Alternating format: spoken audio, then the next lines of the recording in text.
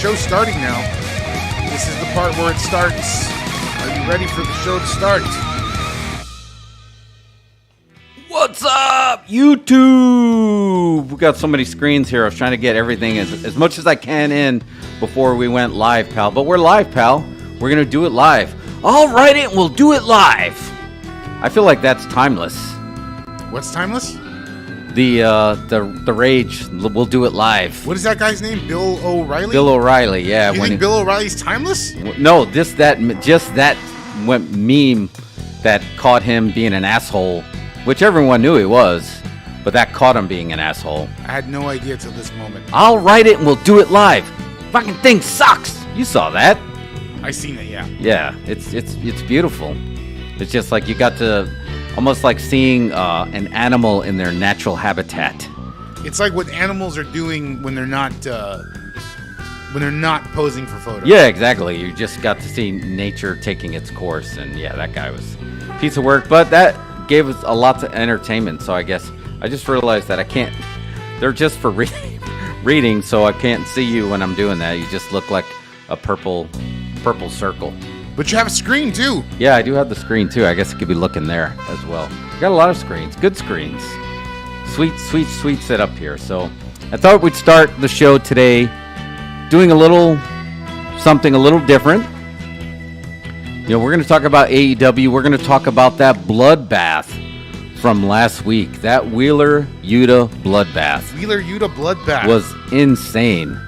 You know, Moxley always promises a river of blood, and this time he delivered to the point where it was just like, dude, he hit a vein.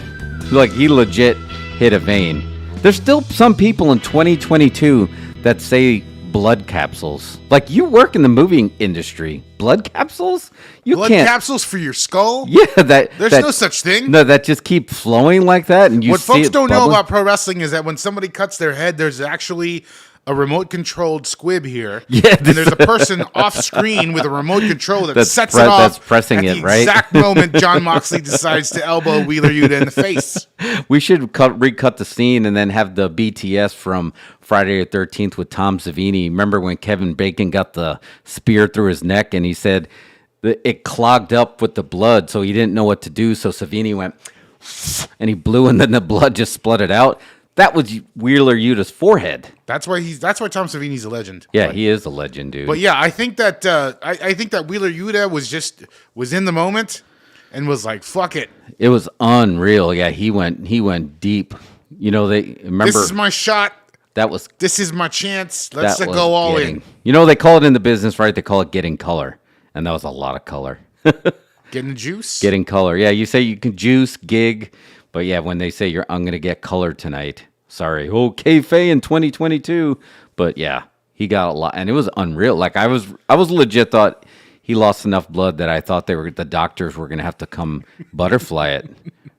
But it looked almost comedic. There was so much blood. Yeah, it was like a Sam Raimi directed wrestling match. Yeah, I did how it started and how it's going, and we did that. So we're going to get into that. Well, we already kind of went into that, but I want to get into our social media stats before we start. Obviously, speaking of social media stats, if you're watching this right now, you should like and subscribe. Like, subscribe, share, because we don't have faces that the algorithm is happy with. If you don't like, share, and subscribe, the algorithm doesn't know what to do with us. Yeah, it just kind of chokes on it.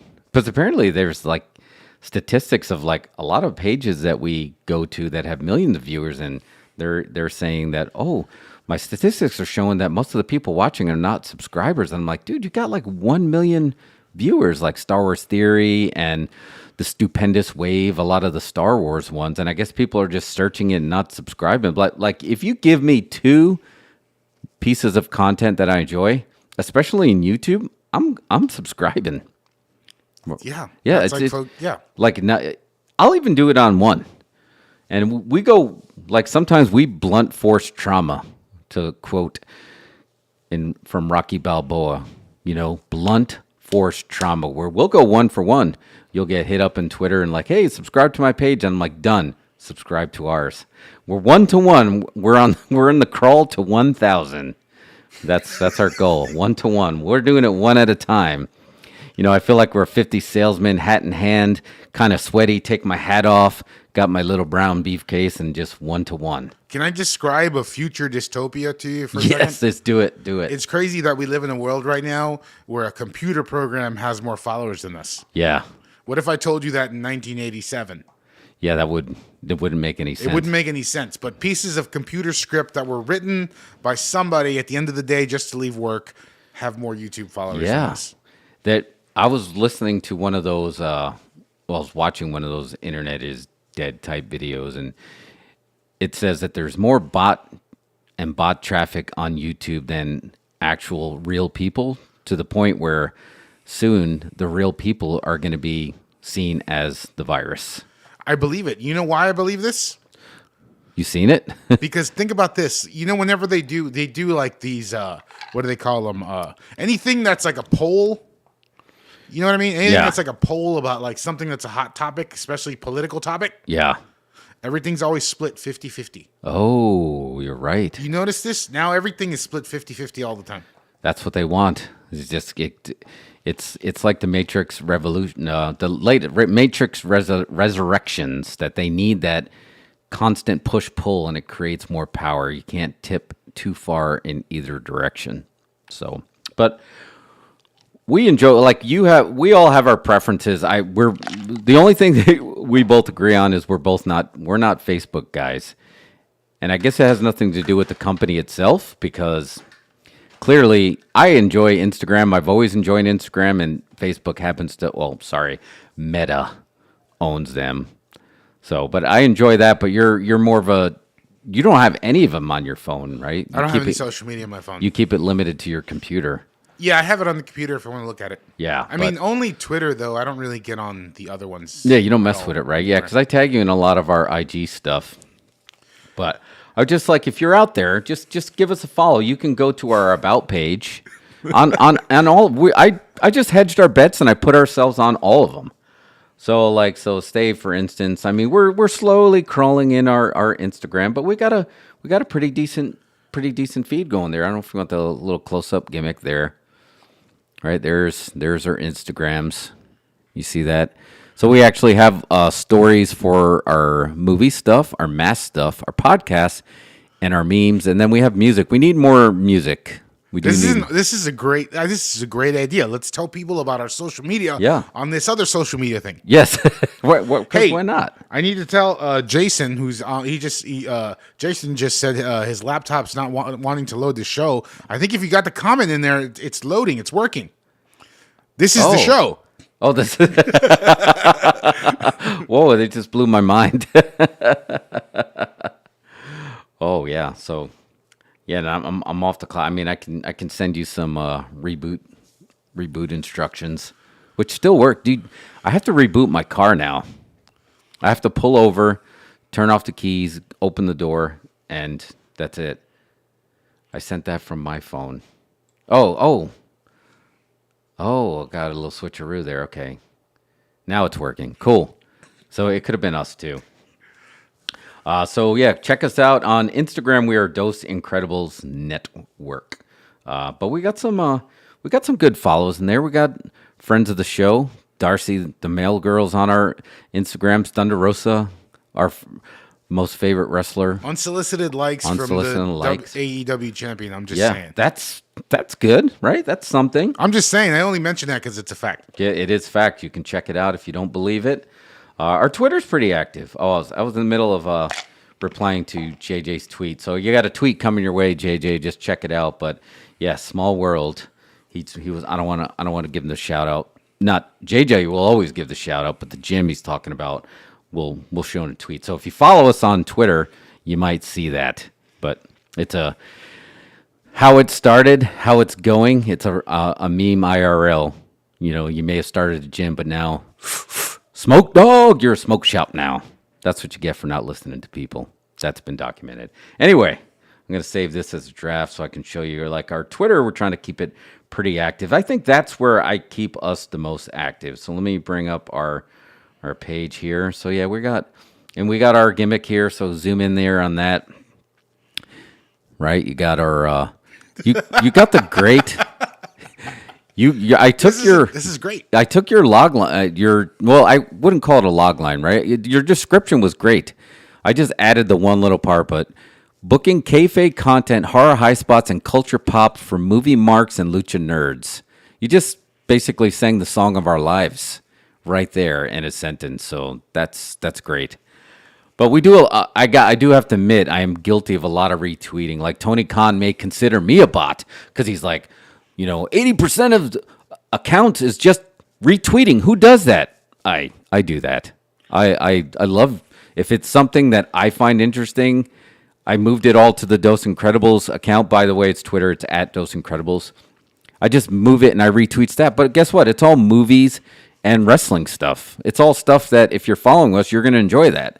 Can I sidetrack this conversation? Yeah, let's do it. Sidetrack. What was with that comment that Tony Khan made about the bots? He's not. Yeah, he's not wrong. He's not wrong, but is that a weird comment for a wrestling promoter to make? A little bit. I mean, well, he's not wrong. Kayfabe? It's not wrong in the sense that there are so many bots that are actually out there and this is happening. What may have been the low blow is, are you implying that WWE purchased some bots to be anti-AEW? I would say no, that they did not do this. However, somebody else could have done it. The court, the Fed, as we used to call it, the New York office. Did you know that when you say the New York office, you meant WWE? The Atlanta office meant WCW. The New York office, I don't think they would do this. Vince, I don't think they would do this. But there could be somebody that is doing it, but I'm not sure if it was them. Yeah, here's the thing. I bet that there's companies that can do that, right? Yeah. You can buy those as a shoot. You it's can. Like, I need bots to tweet things. Yeah. Surely there's a company that does that. If not, we should do that. No, yeah, we get hit all the time. Like, we get the replies like, "Hey, you can get these follows," but everybody, if you read anything on Reddit, which we're on Reddit too, we're not as active on. We're Reddit. on Reddit. We're on Reddit, but we're not as active. Are we at in there. Dose Incredibles on Reddit? Yeah, we're on there as well. So if you just go to our link tree, we pretty much have our like, subscribe, share, everything up on our link tree. You can see every. Dude, I'm about to rename my old Pinterest account to Dose Incredibles just so I can say we're on Pinterest. Oh, JJ said he was waiting on the other feed. There's another feed? Oh, man. Oh, you said you were on some other random feed as well. Yeah. Yeah, I don't know what happened. Yeah, I had to refresh the page. Oh, I know exactly what happened. Oh, got it. I know exactly what happened. Gone. I know what I messed up. But it's over. We're fixed. We're past it. Yeah, where everybody is in there. JJ's here. Everything's fine. Yeah, and JJ, I was talking about you. Is just like, I'm going to reply to one of your tweets. And that's what I was doing right when the show started. I'm replying to your tweets. And you're going to realize it was a small world. Because when he said, wait, pizza place, smoke shop. Oh, I know what he's talking about.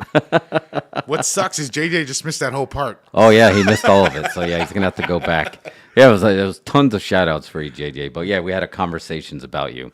But all we've been doing is we've been going over our socials. Twitter, we're pretty active. It has our biggest following. We have a lot of stats on there. Our stats are thick on there. And, again, thank you very much to Darcy, the mail girl, because a lot of her stuff, she'll like some of our stuff, and that really juices up our numbers as well. So it's good to have friends like that will, when you tag them. I'm trying to build something going with Chris Killen. Did you during pandemic the Daily Distraction, all about like the nerd news? He's from comicbook.com. I got him to follow. Who is that? Chris Killian. He's a stand-up comedian, but he does basically, it's like a 2-minute daily distraction. I'm going to tell you about comic book movies. It's all about comic books. It's from comicbook.com. But he's a stand-up comedian. But he doesn't. You'd know him if you saw him. He does a lot of interviews. Anyway, I got him, and I started engaging in some conversation. But he followed me on my personal account, and I really wanted him on the Dose Incredibles account. But I don't know how to. He's got a decent following, and I don't know how to make that transition of like, hey, can you follow us on this account? Because this is kind of like you're doing, kind of like you're in the same space. So anyway, we have the show has last week's tags on it. Oh, really? Yeah, because I screwed it up. Oh. It's a good thing these aren't live. All right.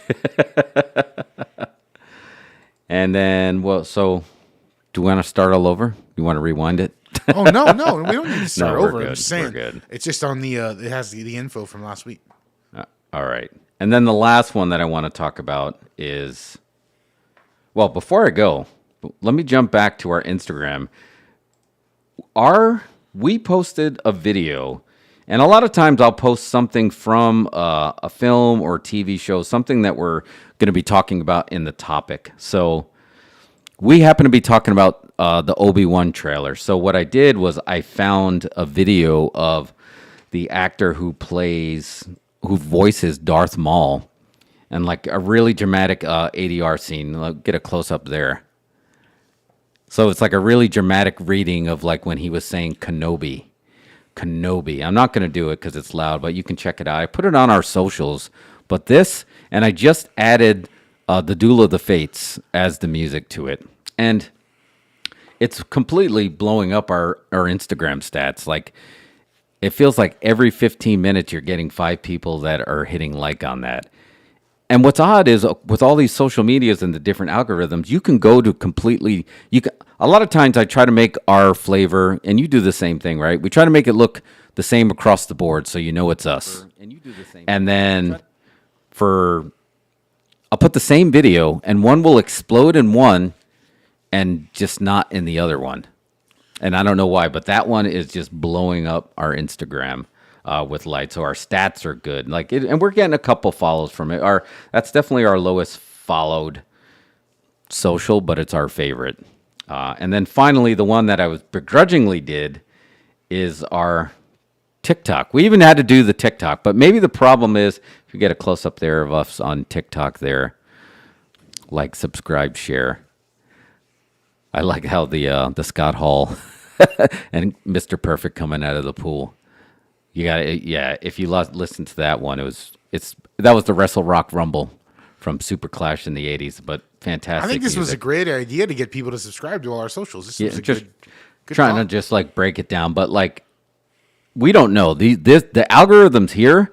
They feel like some kind of like a imperialism coming. Like we'll get shadow banned over stuff that makes no sense. Like when we did the Bearded Butcher Brock Lesnar blend, which did okay on YouTube, but like they shadow banned that on TikTok, and I'm like, why? What does that mean, shadow banned? That means that they'll somehow block you from being seen. So like you're telling me that like, oh yeah, only 3 people clicked on this, but then you'll put another one up there and you'll get like 400 views, and like it doesn't really make any sense. But we have one here that we have to, and we got to give you credit for. So this one really blew up our stats. So check it out. We're going to zoom in on this one. I'm proud of this one because you actually took it and you did the edit to it. So really all I did for TikTok was I added the fatality and the Mortal Kombat music. Play the audio. Let's see if the audio will come through. Oh, wait, never mind. Yeah. Yeah, that didn't happen. That's it. But anyway, dude, that's got that one like really like blew up. I mean, I'm talking like 28,000 views on there. So it was like, I don't know the rhyme or reason of the TikTok algorithm. And we have a friend. I don't know if you would remember her, but she worked with us in London. She works for TikTok, and I was literally just going to contact her. I'm like, hey, what's up? I need you to check our account. Yeah. So I think we're just going to... Can you just boost our account, please? Yeah, can you just do something that stops... We love getting President G. Yeah. All hail. I, for one, welcome our new ant overlords. But anyway, that's us. So that's us on Instagram. That's us on Twitter. What did I mean? That's us on TikTok. But let me see. I'm going to snip this segment out and like paste it to the front of every all the video socials we put out. Yeah, and let's just do a right here, and we'll finally just do a... Yeah, we need to do the socials for Mission Pro. So that's our... if you go to our linktree.com/doseincredible, so we got the icon gimmicks up here, so you can see the tweet, you can see that, and it actually has our Spotify feed. And look at all, like, again, I like to hedge our bets. Like, look at all the platforms that our podcast pushes to besides Anchor. I mean, we're on iHeartRadio. We're on, there's our Patreon. And we do need, I've been really bad about our Patreon because that's our end game. So we're not there yet. We do have our own Discord server. You know, we're on Stitcher. We're on Stitcher. We're on us and like 2 other people. Yeah, we're on Stitcher, and we're on Amazon Audio and Audible.com. So, I mean, it's all there. So check it out. And then we're on TuneIn. Do you know what TuneIn is? What's TuneIn? It's another podcast platform that it's on. So we're on it though. And yeah, and then we have their Reddit. I got a bone to pick with. Who do you have a bone to pick with? You're on Pandora. Like, remember that from That's Avatar? Still a thing? That's still a thing. I think they're owned by, I think Sirius XM owns that. They told me that like they have to wait 6 weeks for approval, and then they just freaking ghosted me. Like the girl in the club that instantly tells you about your boyfriend when you say, hey, hi, is anyone sitting there? I have a boyfriend. That's basically what Pandora did to us. Have you ever seen those Matt Berry sketches where he's hitting on girls and then they say, I have a boyfriend? Yeah. I know I haven't seen those. You've seen those? No, I have not seen those. Dude, they're hilarious. I hate when that happens. It's just like, you can't even do anything. It's just like, oh, excuse me, you know what time it is? Or can you pass the Grey Poupon? No matter what it's saying, it's automatically, oh, my boyfriend likes Grey Poupon. It's like, okay. It's like, what the hell do I care? By the way, I didn't mean that joke I just said. Which joke? You know what I'm saying? Oh, yes. Got it. So, I don't know. I feel like our social games, thank you, JJ. You said we got great. I try to keep our social games strong. And then obviously, this is our home away from home, the YouTubes.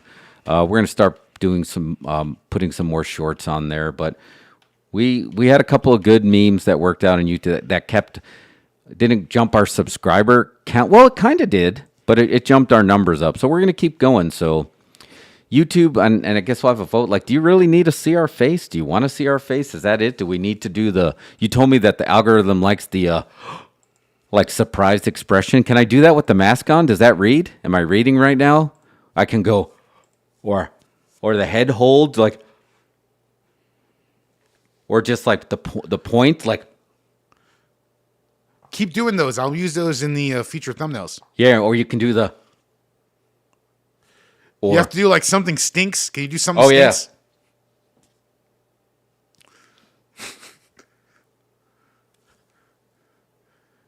How about like my parents are getting divorced? I'm fine. It's fine. Or how about a girl that you just asked for the time said, I have a boyfriend. Oh, look, I have this sketch. I think we can play it. We'll probably get a ping, but we'll see. We'll see what happens. Can I help you with that? Can you hear that? Absolutely. My lady is in distress, and I'm here. Okay. You hear that, right? Yeah, I hear it. I think you're making a pretty strong case for its revival. Well, I'm always ready to help a beautiful lady. I help the ugly ones as well, but I definitely say you're in the former camp. Where am I taking this? Well, it's only a few streets away. I'm moving in with my boyfriend, Fuck Ian.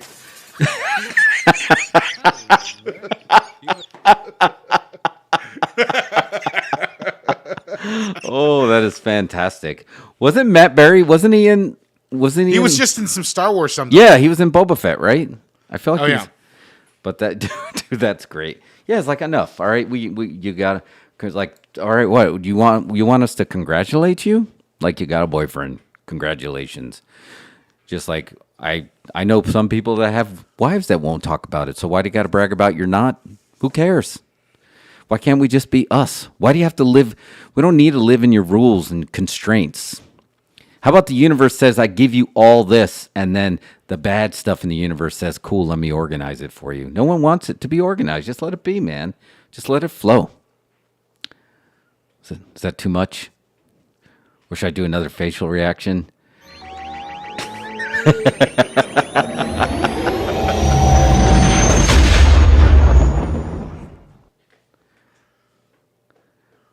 You're back on. So yeah, I was watching the wrong screen. I just need the one on your computer is delayed. I know. I was just like, but that's why I just look at the chat. I see the chat here, but I reply there. But anyway, dude, we were talking about the Wheeler Yuta bloodbath, and it was incredible. He hit a vein.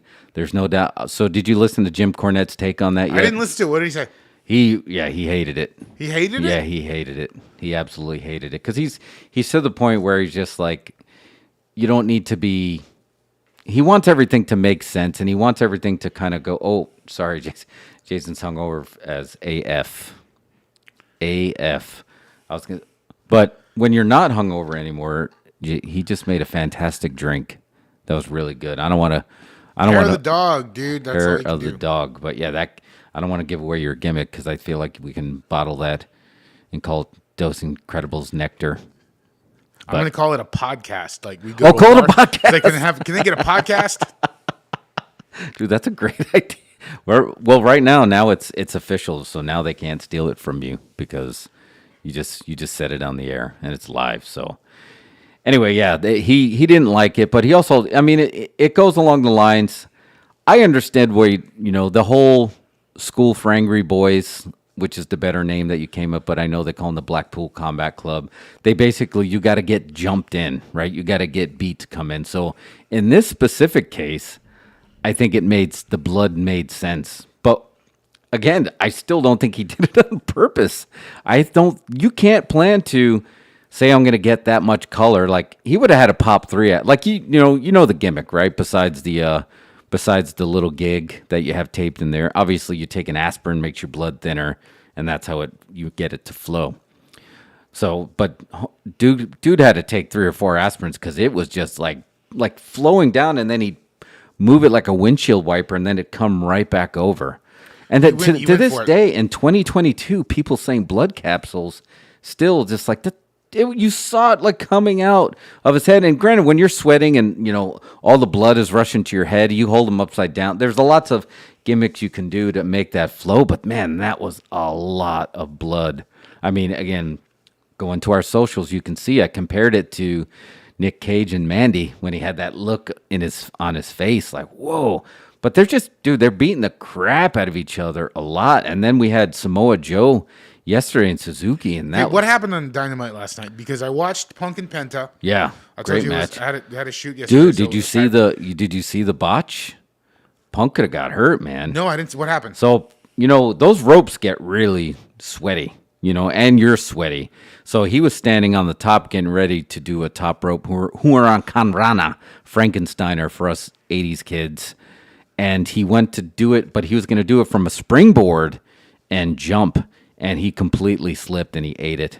And the first thing that hit, which is a dangerous part to hit, was one leg down. Like, so he didn't flat back, which is the safest, but it'll knock the wind out of you. He went one leg down first, which told me that obviously he was not planning for that fall. And then you saw him like wincing because Penta was hot on his tail because he fell off too. It almost got bad.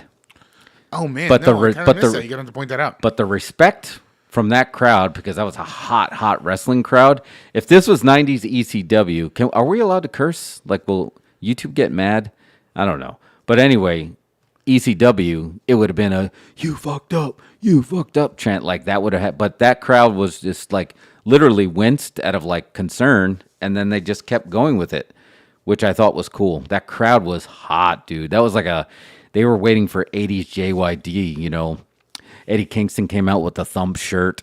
He had a Junkyard Dog call out on there, but that crowd was fired up the entire show. Dude, that's one of the best matches that AEW had to offer, and they just gave it away, Wednesday on a whim. And it's Penta versus Punk. I've been waiting for that since day one. I know. And they mask Taylor. Yeah. and they delivered. I mean, the match delivered, but I just kind of wished again, yeah, they could have had a build up to do that. But I guess, man, Punk's getting to the point where it's just like there's so many dream matches he wants to have that some of them are going to have to just be, let's just have this TV match and just go for it. But then I have no problem with it. It was great. Yeah, it was no, it's awesome. good. It was just like a freebie on Wednesday night. And like I know I was just falling asleep and I didn't get to see the whole thing, but it was a stacked card. Oh yeah, dude! The main event was a Ring of Honor main event where you had Suzuki defending the Ring of Honor gold against Samoa Joe. I mean, it was a Ring of Honor main event when they had they didn't use the Dapper Yapper. They had the Ring of Honor announcer defending the Ring of Honor TV title in the main event, and of course, you know that dude. Dude, he's stiff. He's stiff. So you got to see old Samoa Joe. Like, they were beating the crap out of each other. Like, just blood, beat up red chest. I'm gonna watch it tonight, but like Yeah, it's definitely worth watching. everything looked great, and like Eddie Kingston's shirt was good. I like that they're changing up his look a little bit. You know, I was happy about that. Yeah. and they let him wear some pants and the tank top. Yeah, or whatever. I think they just got to get him.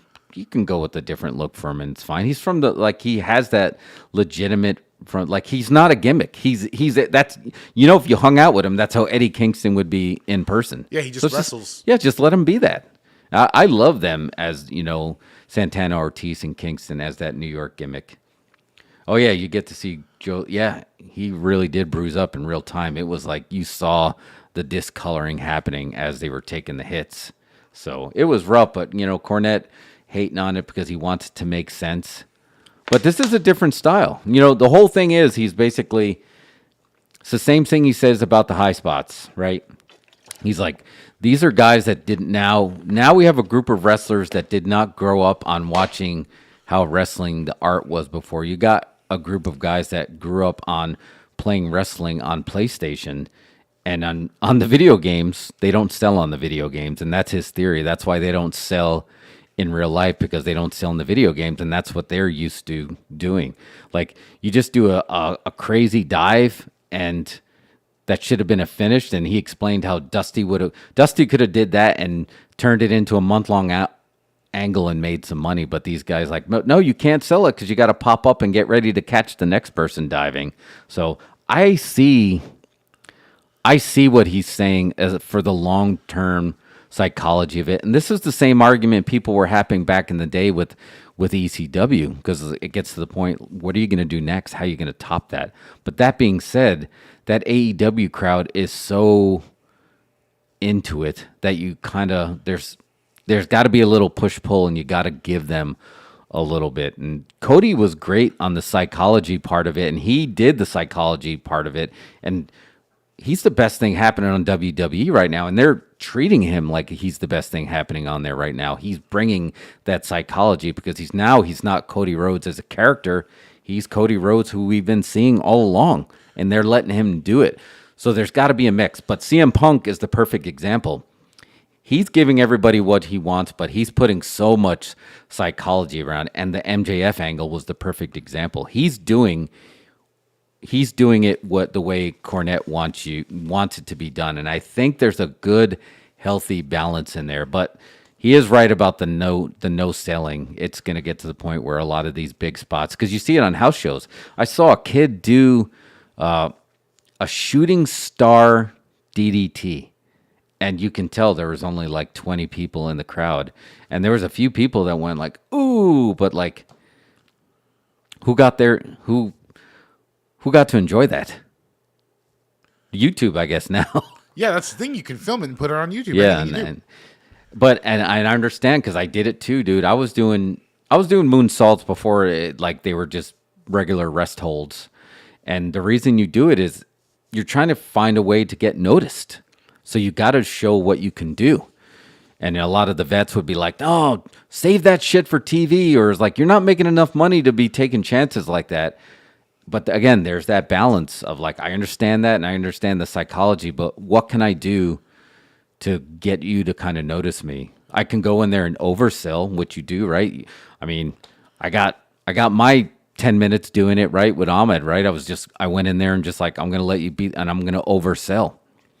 And you can do that to get noticed, but at that point, you're waiting for luck to be on your side, which I guess it has a little luck, which ironically did work out, because Jim Cornette is the one that actually called us up for which ended up being our final WWE shot, was a Jim Cornette catching us. So maybe we were doing it right. Yeah. Here's the thing, though. Stuff has happened since then, right? So, like, if you consider the fact that, of course, YouTube is a thing, but like, if you think of Jackass, now there's people that have just invented a show about taking bumps as a thing. Yeah. You know, whatever, stapling whatever to whatever, getting hit in the face with whatever. You know, doing a risky wrestling move doesn't seem as risky compared to like taking a bump from a bull. Yeah. Times have changed. Absolutely correct. You know, and that's why you called it. I mean, the Jackass guys fit in so well at WrestleMania because we've seen them take some gnarly bumps. We just saw Johnny Knoxville's his career just ended because of that bull bump. I mean, that was a shoot. That bull really did screw him up. Got brain damage to make Jackass 4.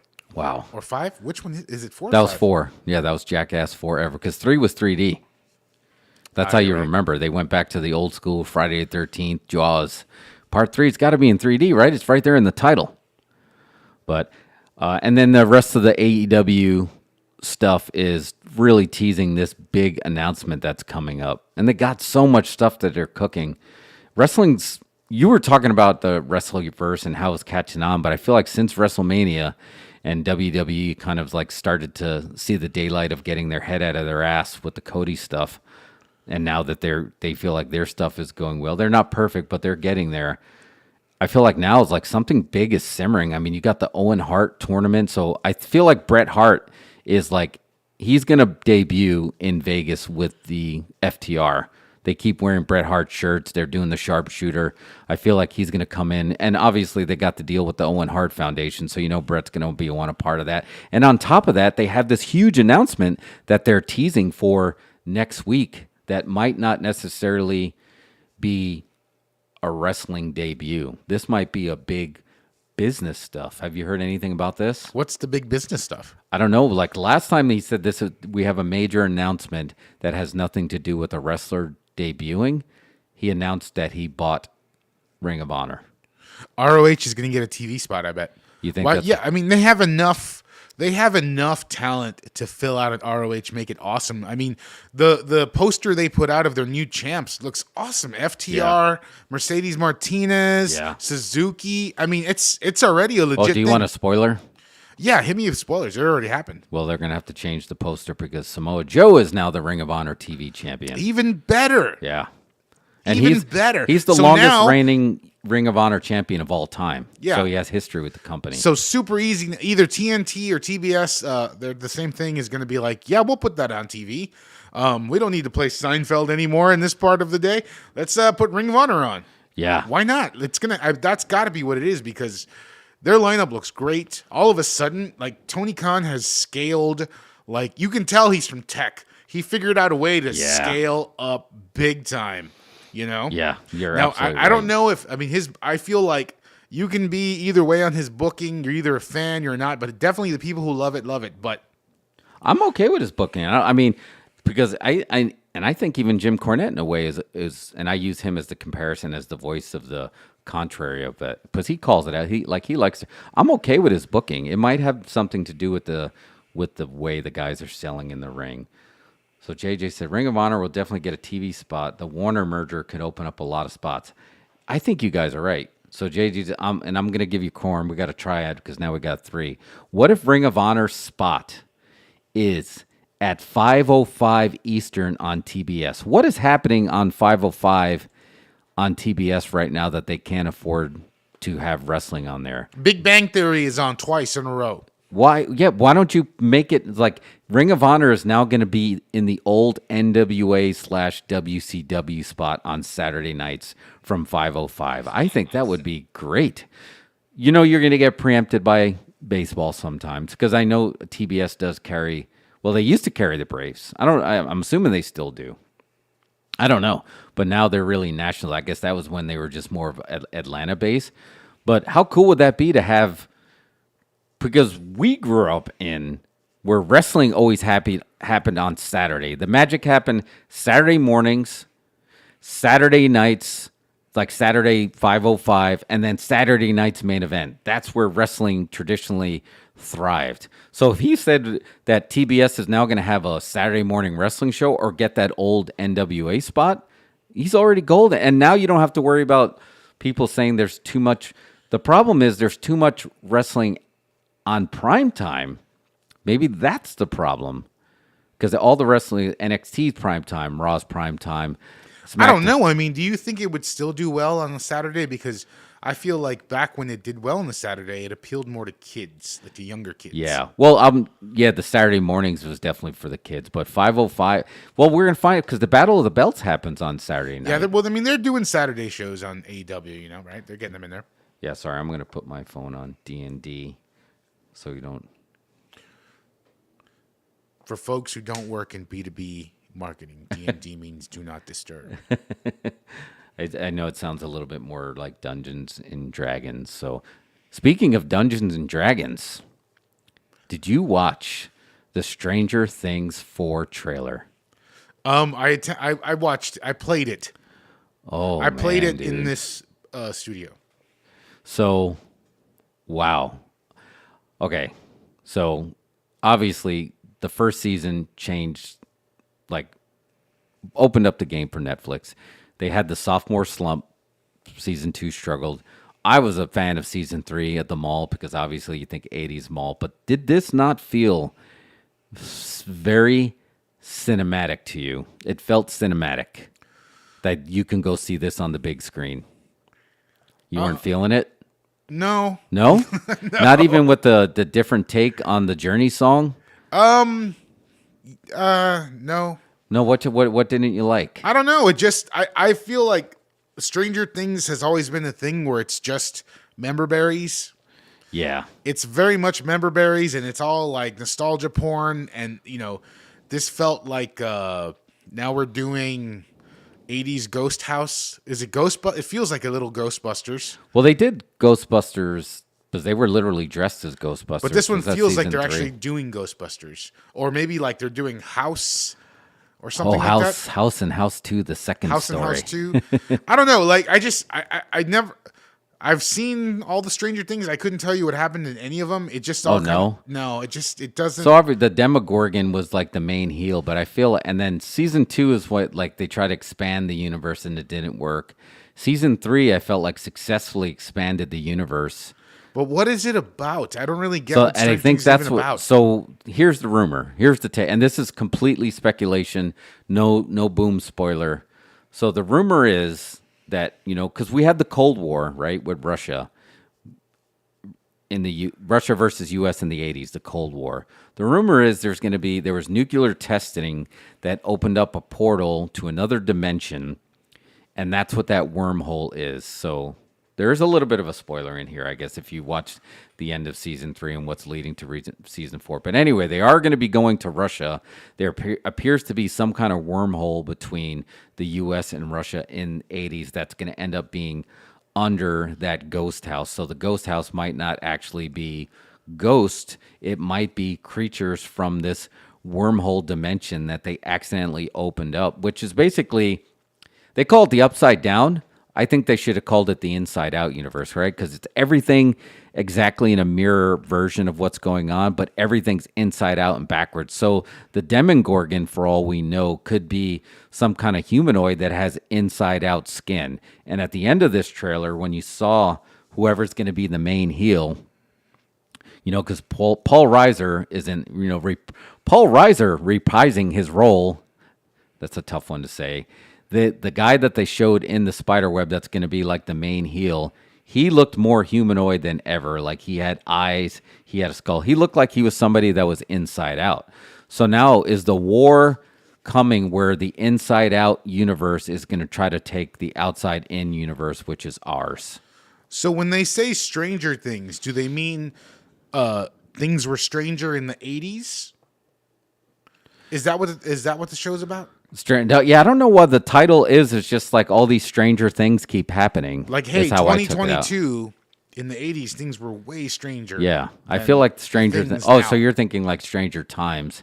No, I think it's just saying that there's some stranger things that keep happening. And I think the stuff that you're seeing with the Ghost is because this, again, we've talked about multiverse theory on here and parallel universes. This is a universe that's literally the inside out version of us, and that's why it feels like Ghost. But the war is coming because these kind of like, what was Jordan Peele's movie? That Us.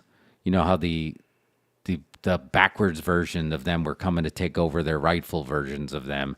I feel like it's going to be something like this. So it's not going to be a war between the U.S. and Russia, but I really do feel like they expanded their lore.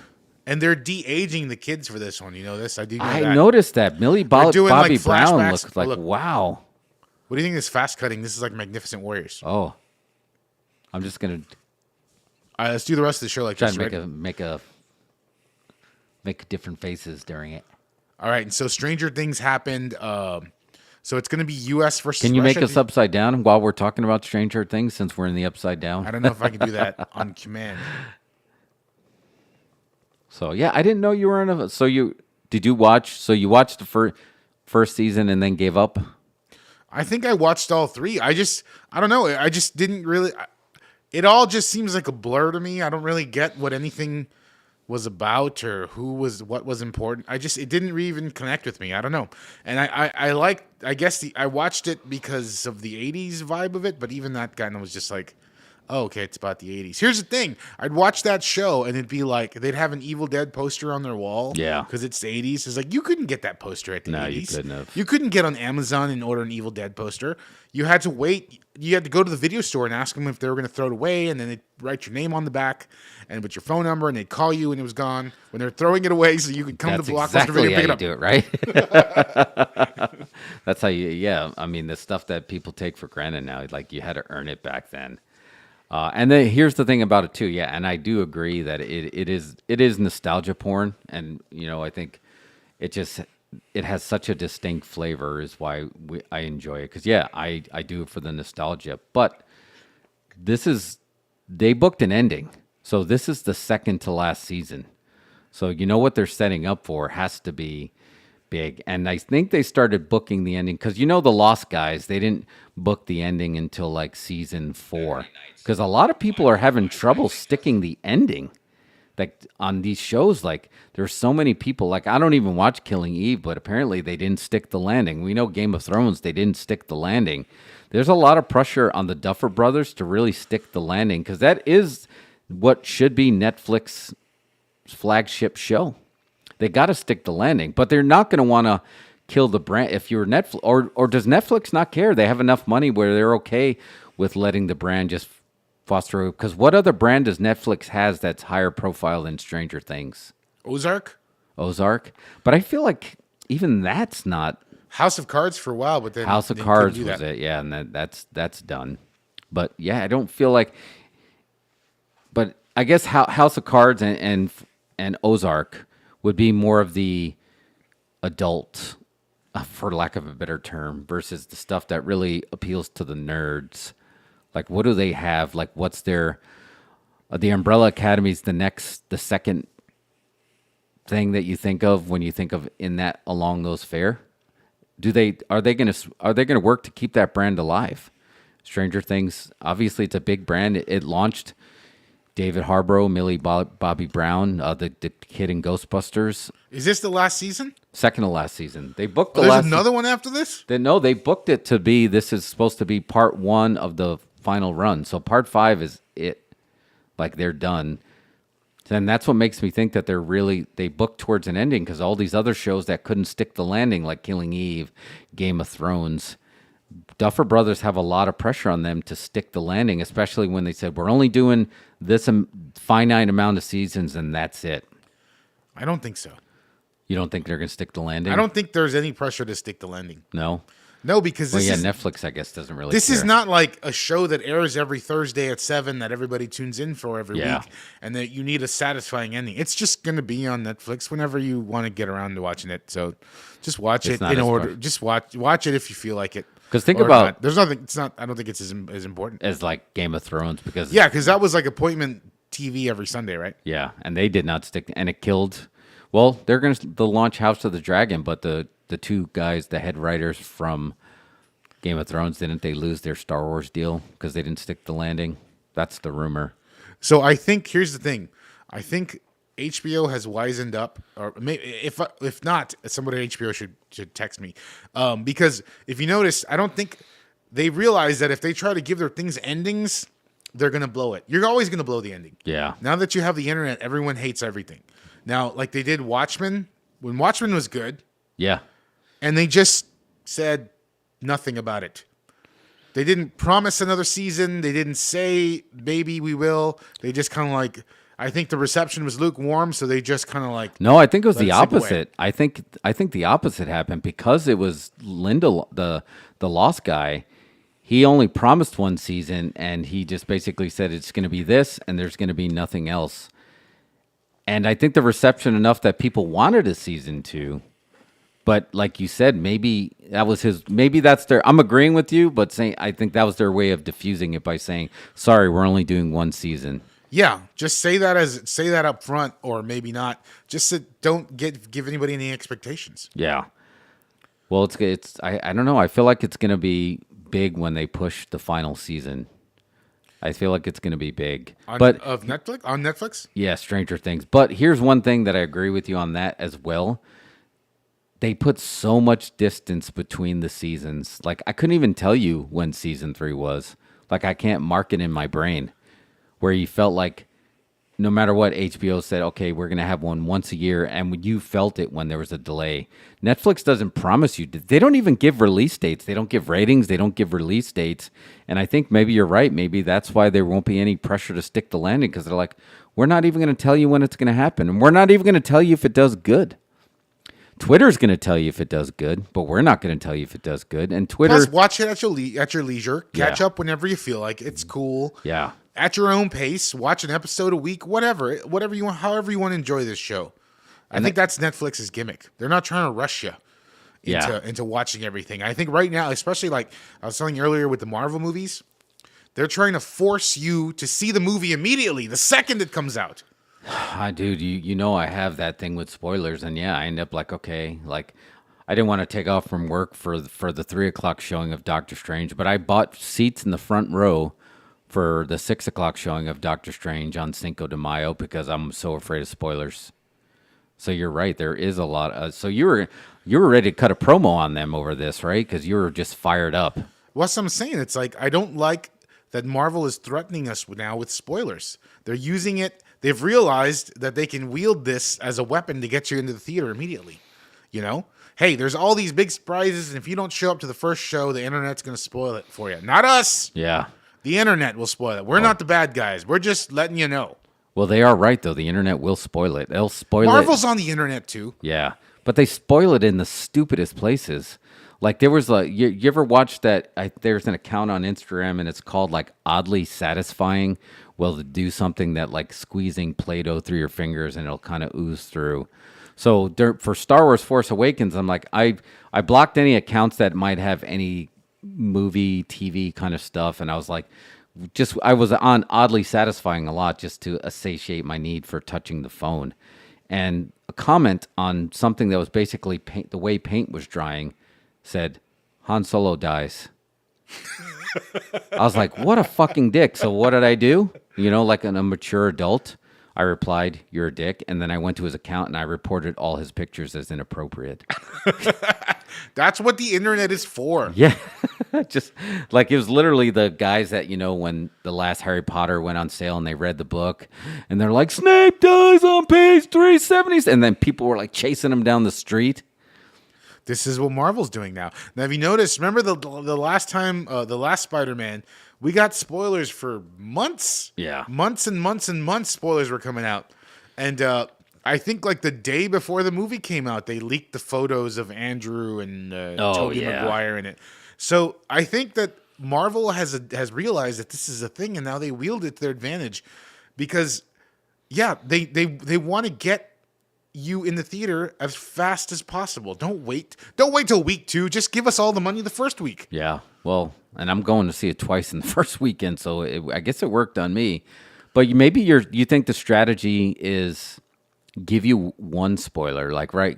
That's clearly, you know, Jean-Luc Picard as Professor X in that trailer by his voice. So like, okay, we got one spoiler in there, and is that their subliminal message of like, that's one surprise, but wait, there's more. You talking from Marvel? Yeah. No, I think they're blatantly spoiling the movies now. If you notice that, like, Well, you think they're hiring a bunch of bots to do it, or yeah, they're hiring bots, or Wow. someone at Marvel Studios, the intern is like on the board saying, "Hey, I'm an editor. I'm an editor at this post production house, and we're working on this. Here's a still image from my Adobe Premiere screen." Yeah. you know what I'm saying? And they're leaking that stuff themselves because why not? That exists now, so why would you not want to control it? so that's part of the marketing campaign. I think it's now under Some- the radar marketing. Very, very guerrilla marketing, right? I don't think. I think Chalk it's- on the street. No, I bet somebody gives a presentation about this Really? in front of a boardroom and says, "We're going to man. pursue this marketing strategy." There'll be in a lot of there'll be blowback because right now I'm hashtagging it Sony baloney. I mean, they're dealing with a lot of stuff. So the rumor is now, and I guess this is MCU related, that they pulled deleted scenes off the Spider-Man No Way Home Blu-ray so they can stitch together and make an extended director's cut so they could make more money in the theater, do a re-release, and then move up the all-time chart. And this isn't an original. This is coming from Josh Marvel at or Den of- Sony? Sony. Well, Sony only has like one profitable. Spider-Man's Yeah. all they got, so I don't blame them for trying to. But they're literally squeeze as much juice out They're of that as they literally can. like they didn't learn the kindergarten lesson of like killing the golden goose. Like they're gonna screw it up. They're gonna screw this up. Like Morbius had the biggest drop like of all time. Like it just fell off a cliff, and Sony's gonna screw this up. And then maybe Marvel wants them to do that, so Sony comes crawling back and like help us make that money, help us make that sweet, sweet spider cash. They're like Marvel's spoiled younger brother or something, you know? Yeah. Oh They, yeah, and JJ's they right. just That is have how that's and and it's funny. Endgame he said Endgame did it, and he was right. And then Disney did a re-release of Avatar internationally, and then Avatar overtook the record again. So pulling those deleted scenes so you can add them in part of the movies, like is that as a director, is that something you appreciate or don't appreciate? I mean, I don't know. I mean, Because you didn't shoot it to be a deleted scene; you shot it to be part of the film. yeah, it's fine. I mean, I guess I don't think the directors over at Marvel have that much control of their cuts. I think that they're a hired director. You're there to shoot the movie and be the director, but it's our movie and we'll do whatever the hell we want with it, Yeah, so they don't get last. What do they call last licks as a director? You get final cut. Final cut. Final cut. I just don't think that goes on. Marvel they're a media machine, man. They already know what they're doing. All the movies kind of have the same color correction. They all kind of feel the same, only slightly different. You got the same characters flowing through all of them. Yeah, I think there's just an overlord over there that keeps them in check. I feel like and it's working with the films, and I feel like they have to thank the Russo brothers. I think that righted the ships where now every film they release, other than the Eternals, and even that they kind of blame COVID on. But I don't feel like they have that with the TV shows yet. Are you watching Moon Knight? I have not seen any of the Moon Knights. So obviously the last episode there was blowback of like Wanda, and then there was blowback of Falcon, and they're like, well, it was because of COVID we had to reshoot some stuff, and I just don't feel like they have carte blanche because now they're talking about Miss Marvel and She-Hulk, which hasn't even been released yet. Like we haven't seen anything, and they're talking about there's problems with these shows. Like, so sometimes that going to making the deal with the devil like you're doing, you're cutting. Now you have all these leakers that are giving you problems about your show before the show's even released. Like, how can you say there's a problem with the show if it hasn't even been released? But again, you made the deals. It was the whole thing. Was this an Aesop fable? It's just like, oh, my house is overrun with mice. Like, I got an idea. Get a shit ton of cats. And it's like, cool, now I got no mice, but now I'm overrun by cats. I got an idea. Get a shit ton of dogs. It's like, cool, the cats are all gone, but now I'm overrun by dogs. Like, you got to be careful, man. And I think maybe making these deals with these bot, or can you make a deal with the bot? Yeah, definitely. I'm telling you, bots have more followers than us. We can make a deal with them. We do have I noticed that there are a bunch of YouTube pages that I'll watch an obscure show and then try to get like a breakdown. And I was like, there's an AI reading this. This isn't a person. And it always makes me feel very unsettled. I know anytime I watch some like a on YouTube, sometimes I'll watch a gun video about a gun. Oh, it feeds me 1,000 gun videos after that. Oh, you like guns? Oh, we got guns. Wait, let me give a facial expression for that. And I'm just like, what gun did Magnum PI have? And I searched that, and it's like, oh, you like guns? Here's 1,000 gun demos. Yeah, that's. I don't know, man. I don't know.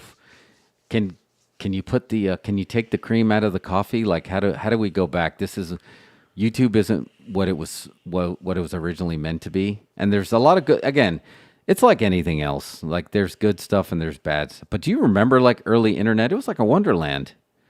It was literally like a wonderland. Break.com. Yeah, there was just like it was, E-Bombs World. Man, there was just so much stuff. You go visit every day, and like you can trace it back to a person. Remember the first time you found out you had to sign into YouTube to watch the videos? Oh man, yeah. It's different times, man. Different times. So I don't know. You wanna grab a beer? Yeah. Let's do a word from Stroh's real quick. All right, Grab a beer. Grab a beer. You've got a thirst to win. Only one soda gives you that extra oomph you need to be your best. Oomph Cola, packed with ginseng, taurine, and Pop Rocks. With the power of Pop Rocks and Cola combined, your stomach lining will be ripped apart by tiny pockets of carbon dioxide. But not before Sweet Victory, Oomph Cola, and Pop Rocks. The deadly soft drink with a taste that's fantastic. Real beer lovers have always had a problem taking their beer with them. The first take-home packs were bulky, hard to keep cool, and getting out one beer at a time wasn't always easy. Today, real beer lovers have the Stroh Case, a sealed carton that stores 24 cans of Strohs, goes anywhere, and serves up one cold beer at a time. The Stroh Case.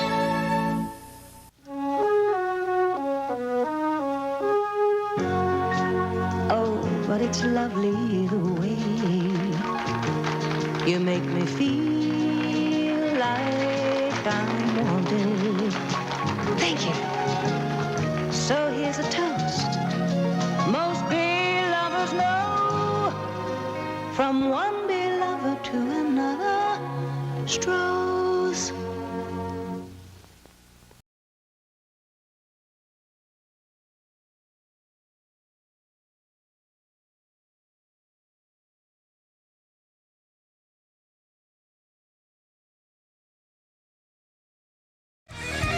Okay. I didn't realize that was shorter than that.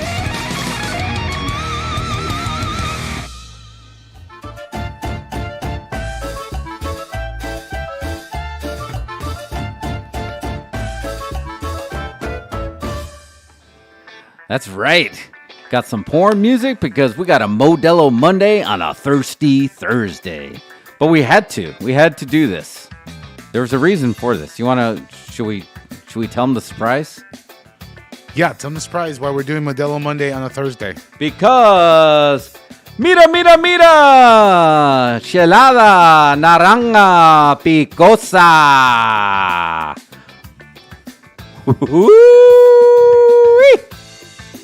There we go. Been searching for these for weeks. Shout out to Lucha Lotti for tracking them down. Yeah. Chelada. Did I say that right? Chelada naranja picosa. Naranja picosa. Oh, yeah. So we're psyched. We haven't had a Modelo in a while. Well, they haven't put out a new flavor in a while.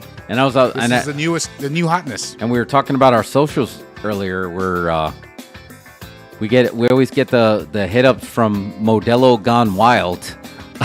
Modelo's Gone Wild on Instagram, and they got some of their stuff is not safe for work, if you know what I mean.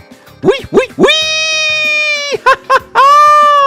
But yeah, we're gonna enjoy this.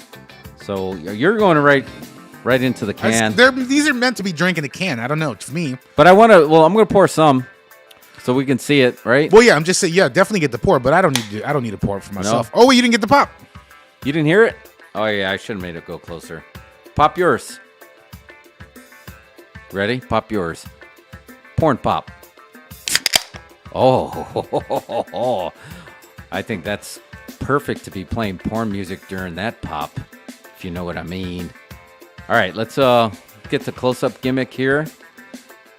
Shout out to Senor Pancho, because you're about to wet your whistle. Shout out to Cascade, or the HEB Cascade knockoff. All right.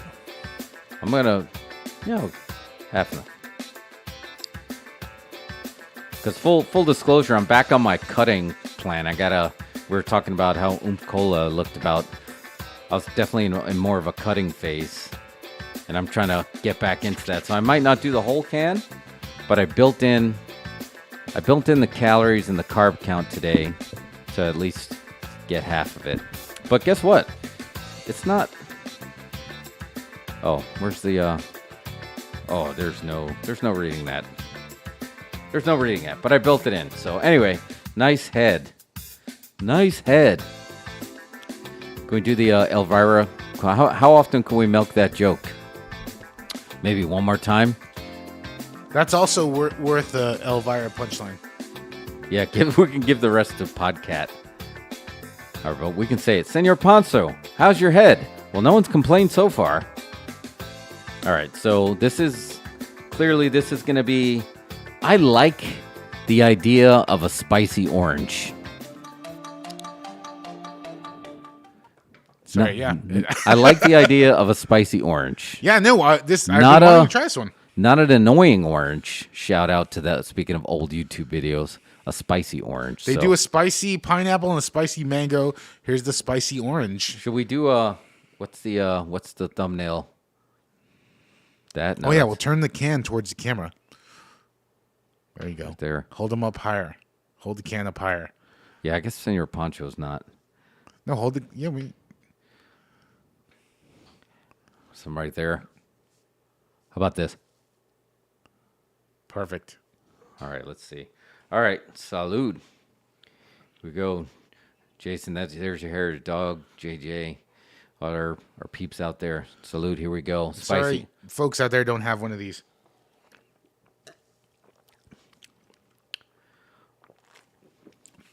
Oh man, that's awesome. Here's where I would get in a lot of trouble if I was in the marketing department because, all right, you need a log line for this. Let's taste it. You know what I would say? It's like summer's coming in my mouth.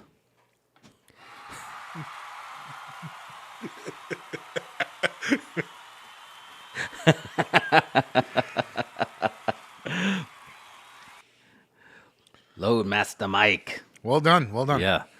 But this is freaking delicious. How is it that they make... So this is it's great. got some ASMR you like in there. The orange? I love it. This is my... But pineapple was my favorite before, but I think we just number one with a bullet right now. Can I add something to this real quick? Yeah, Can you vamp for a second? I need to add something here. Should I do some ASMR? Let me see. I'll give you music. Yeah, because we were talking about our socials earlier. Thank you. We got a lot of love across. It was one of the few videos that we've done that got a lot of love across all social platforms. We actually got our National Beer Day post where we were... Oh, sorry. Oh, shit. Hold on. Stop the presses. Mira. Our spicy orange is about to get más picante. So I got to stir it up. So tell me... Look, a little tahine. So basically... Which is, if I would have thought of this earlier, we would have brought it up. We should always add this to Modelo Monday. Oh, wow. So basically, you just turned this into street fruit like you'd get in Mexico. Or close to Mexico. Right? Because that's kind of the gimmick. You just put a little bit on there. I remember when I was wrestling in Mexico, and I remember everybody having that, and I was so confused. I was just like... They'd have all the street vendors that have it, and everybody would just literally be walking around like they had it in their purses and their pockets. I probably gave you an improper dose. You're kind of just like supposed to put it on the rim, but I just poured it right in there. Oh no. I mean, you had all that Brock Lesnar powder. So Yeah, no, that's good. Wow. I'm gonna give you a peek. How do we do? I want to do a thumbnail in Spanish. Okay, do a thumbnail in Spanish. Well, hold the can though. No, wait. Well, I just wanted one without the can. Although this looks, that's freaking good. That's pretty good. That is freaking good. Go out, all right, guys, just go out right now. Every bodega you can hit up within a walking radius of your house and just get these. This is now my new favorite. And then put the tahini. Is that what you say? ¿Cómo se dice tahini? Tahin. Wait, I said, how do you say it? And then I said the word right. Where wouldn't they be the proper pronunciation? Be say, ¿Cómo se dice that spice you got over there? I don't know. JJ's our official translator. My Spanish has been long since dormant, and every once in a while one word will pop out. So good. Stroh's? Come on, man. Catch up. The thing about Spro's is it's fire brewed. Oh, okay. Is that like wood burnt pizza? Fire brewed? Yeah, I mean, it's like, you ever see like Mad Men where he's doing the Lucky Strike ads? Oh, yeah. Lucky Strike ads, and he's like, it's toasted. Lucky Strikes are toasted. The toasted. Stroh's is fire brewed. Oh, it is fire brewed. All right. I give this all as many thumbs up as I can. Other beers are brewed in the microwave. Did you not know this? No, I didn't. You got to brew. No, I did not know that. I don't know anything about brewing, or else we'd already have our brew. Because, again, we know our goal. Eventually, we're going to have our live theater. I'd like to have a brewmaster, if you will. So if you know any brewmasters out there and you want to partner up with the Dos Incredibles so we can have our live movie / karaoke joint. I actually do. I have a friend of mine just has lived a very interesting life, and he knows a lot of people who went on to do a lot of interesting things. And he just, one time we were talking, and all of a sudden he dropped, we're having a New Belgium at a bar or something. And he's like, the brewmaster of New Belgium, I know him. We used to be in a band together. What? Yeah, just crazy. Oh, man. See, podcast. ¿Tú quieres cerveza? See, I got a look. ¿Tú quieres cerveza? Un poquito? All right, you know what we're going to do live on the air? Because I told you, like, I'm in a cutting phase. I'm only in week 2, so I'm kind of in the danger zone. Very easy to fall off. I'm going to scan this live so I can give you the stats. So we're going to scan this right. We are going to be using the Fitbit app. Can you do that on the close-up camera? Yeah, once I scan it, I'm going to give you the stat. Well, oh, you know what you want to do on the close-up cam? Let's see if you can see.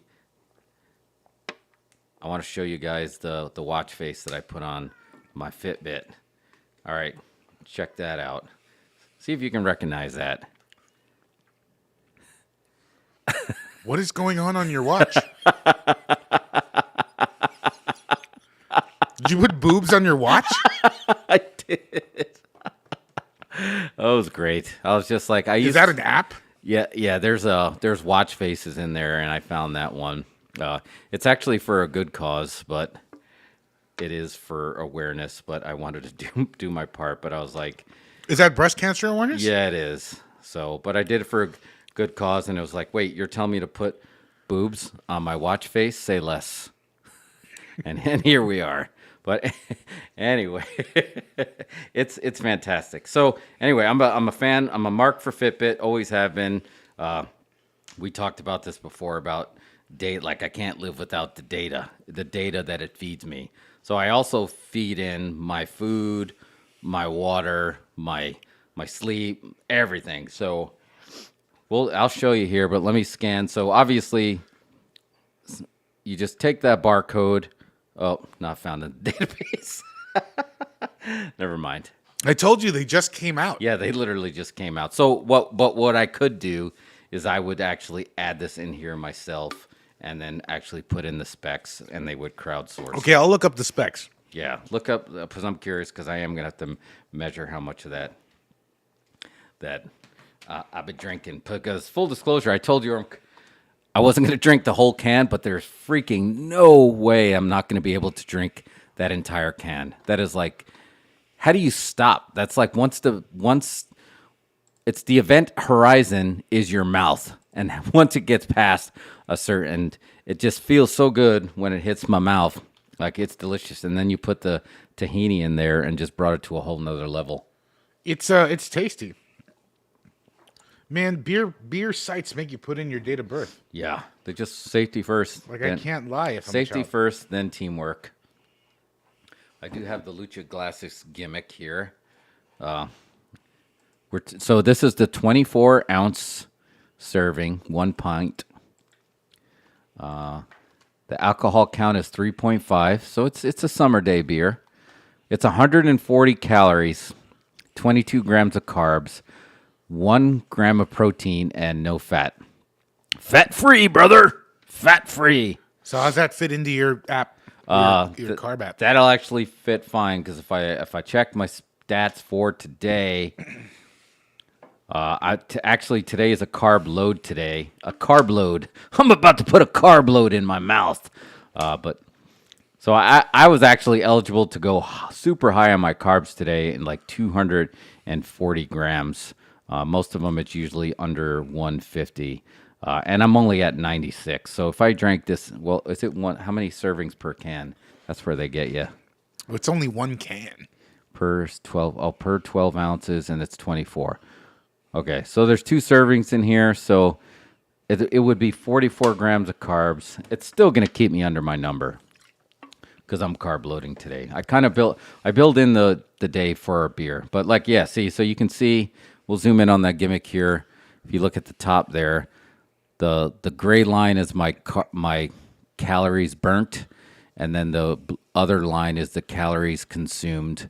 So you see, one day I did go over on my last free day.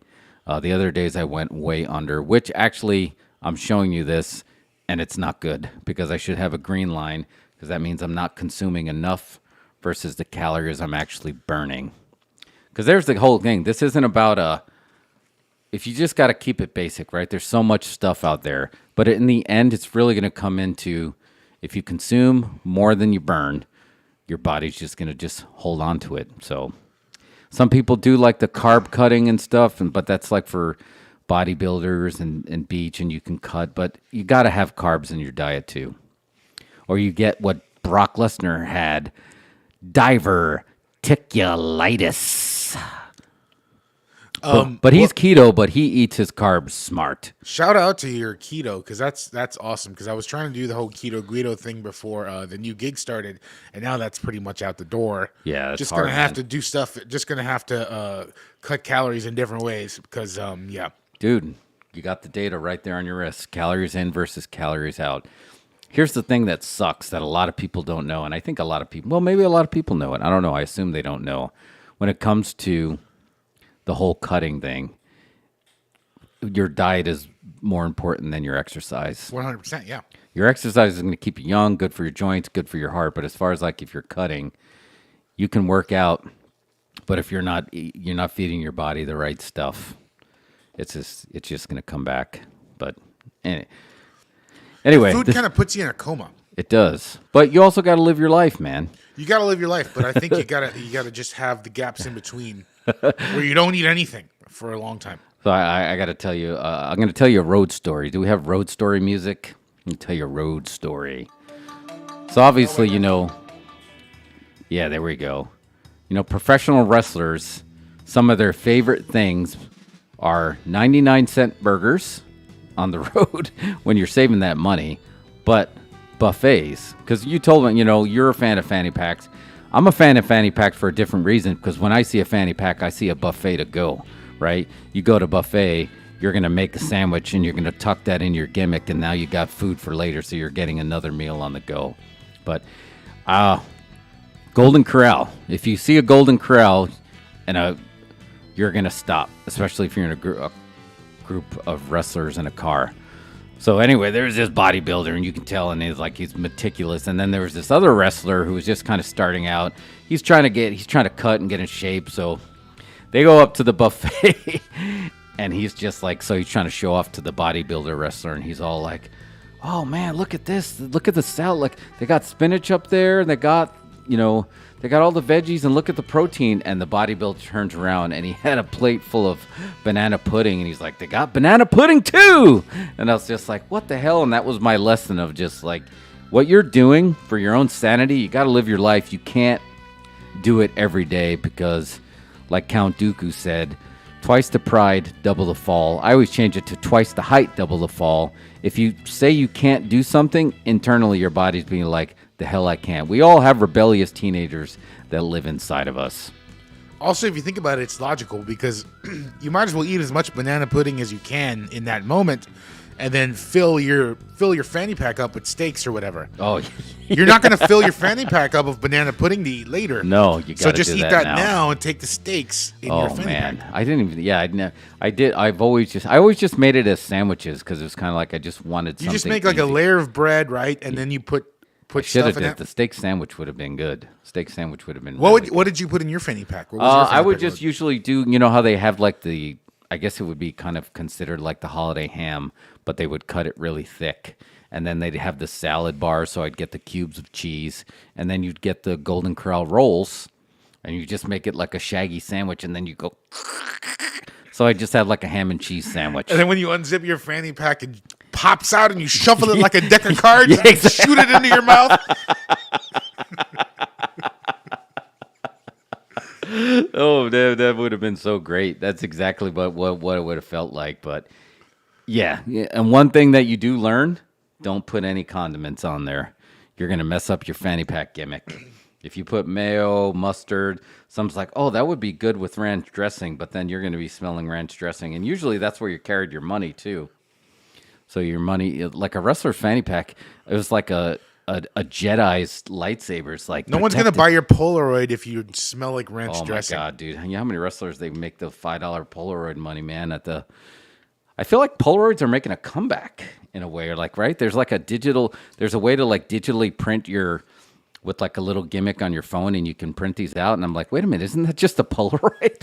You can get the film still. Right? You still can. I feel like they're making a good comeback, but I like Polaroid. And that's where the Instagram logo was born, right? It was based on a Polaroid? I think so. That's why it's a square, right? Yeah, I'm sorry. not sure. I am going to drink this whole can. Sorry to be a bad influence. No, I built it in. Actually, it's not me. It's your job, actually, to drink that for the show. Yeah, so. I built it in. I built it into the day. That's the whole thing. And that was the point. I was watching. I'd give a shout out if he's on there, but he's on YouTube, and he's a bodybuilder. And he basically says, don't deprive yourself. Just build it in. And that's the way to make it last. Like you're not going to fall off and all of a sudden lose all your gains if you build in these days, which The Rock taught us that, right? The Rock does it all the time. His cheat days are like once a week. Yeah, make cheat day like a thing. You have a you reward build day. it. It's You awesome. build it in. So my cutting days are like 6 days a week. Obviously, shout out to Cabo Bob's. You know, my boy John there. I've been going to him for 12 years. Like when Cabo's was just a one-shop joint. So there's no way I'm ever going to say, I can't do this at Cabo's. I'm going to do exactly what I need to do at Cabo Bob's. Did you ever go tots in the fanny pack? Oh, yeah. Yeah, we done tots, fries. Did fries in the fanny pack. Loadmaster Mike asks about the tots in the fanny pack. No, there's tots in the fanny pack. And this was before Napoleon Dynamite. I mean, we put every kind of food that you can imagine. Shareable food was good too. I've eaten tots from other people's fanny packs. You got to do what you got to do when you're on the road. You could trade stuff if you have stuff in your fanny packs Yeah, down the just road. like- Like, I got a fanny pack full of tots. Someone else has Yeah. chicken fingers, and you just Chicken fingers is another good travel food. We actually one time we took it. We were wrestling. We had to leave to Houston. We were wrestling in Nuevo Laredo in Mexico. So like, oh man, but we wanted to make some good time. So we actually stopped at Fiesta. You know the store? You know Fiesta, right? sure I know Fiesta. Yeah. So we got like the the cheapest London broil that was the heaviest you can think of. We wrapped it in tin foil and we lifted the car hood. We did that whole gimmick because when you're driving the border. Did you put spices on it? Yeah, it was pre-spiced. It was one of those like a pre-spiced. Yeah, it was one of the I know. Call them the Mexican meat markets, like they have it here. JJ, tell me what the name of that one that's in. It's funny. It's right across from the gym that I work at. There's a market. It's like Anyway, it's one of the meat markets. Michoacana? Yeah, that's it. Yep.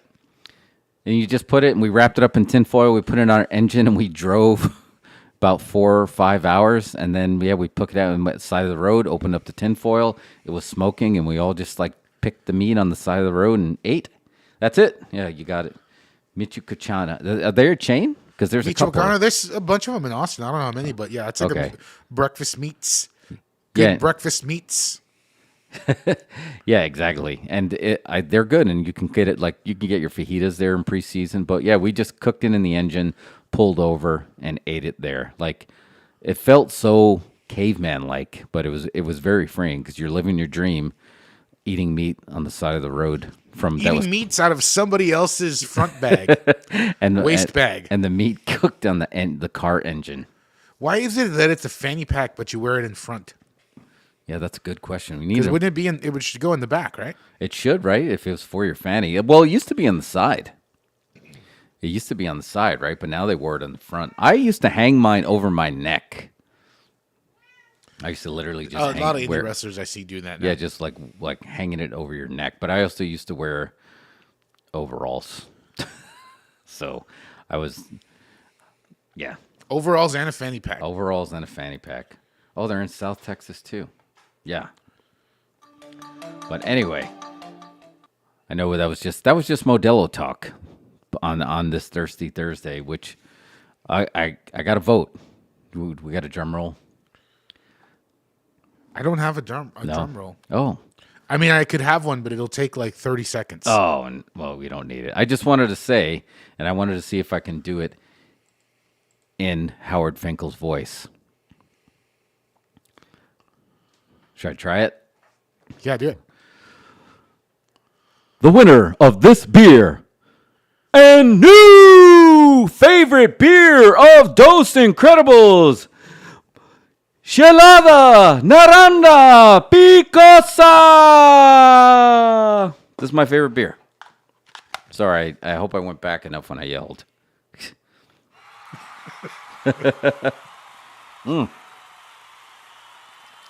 This is my most favorite beer that I've ever had on this show. It's pretty good. You like it better than the pineapple and the... I do. I like it better than the pineapple. I like it better than Back to the Future. I like it better than the Key Lime beer we had. I like it better than the Smells Like a Road Van. Better than the beer nachos. The movie nacho beer. I was going to try to do the bell like it was what? Movie nacho beer. Bach beer, red beer, blueberry beer, picante beer. No, but this is by far my favorite. So shout out to Modelo. Go check them out. They're like Schlo's. They don't know they're our unofficial sponsor, but go check it out. Get this beer as soon as you possibly can. You said Schlo's. It's Stroh's, dude. Oh, well, they're not paying us yet. Do you want me to use the proper words? You got to pay us. I'm okay with doing the job, right? 1, 2, 3, pin me, pay me. The job squad, baby. But you got to Stroh's. Anyway, what else we want to talk about? We talked about Marvel things. We talked about Stranger Things. We talked about wrestling things. Oh, you want to even talk about something that's stranger than Stranger Things? What's that? Let's talk about Everything, Everywhere, All at Once. Oh, yeah. Yeah. Now, talk about Stranger Things. Michelle Yao. So I was going to tell you this. Okay, so remember we went and saw Magnificent Warriors? Yes. Now do you get why they played that? Now I kind of get it. Yeah. It's cut fast exactly in that style. Yeah. I'm surprised they didn't have the warning that you could have, you can stroke out during that movie, especially when they really doing, similar to what you're doing right there. I was concerned that This is like everything, everywhere, all at once. For they did that, and man, when they blasted through so the premise for you out there is just like her husband from another dimension, from the Alpha universe, found a way to contact other universes, and then they really got into multiverse stuff, and it was really like a fantastical movie. And shout out to the return of Short Round Data. How do you say his name? I don't want to butcher his name. yeah, let's not butcher it. Yeah, but Real quick though, we're gonna get into spoilers. Yeah. Yeah, we got spoilers. Yeah, we're gonna start to get into spoilers.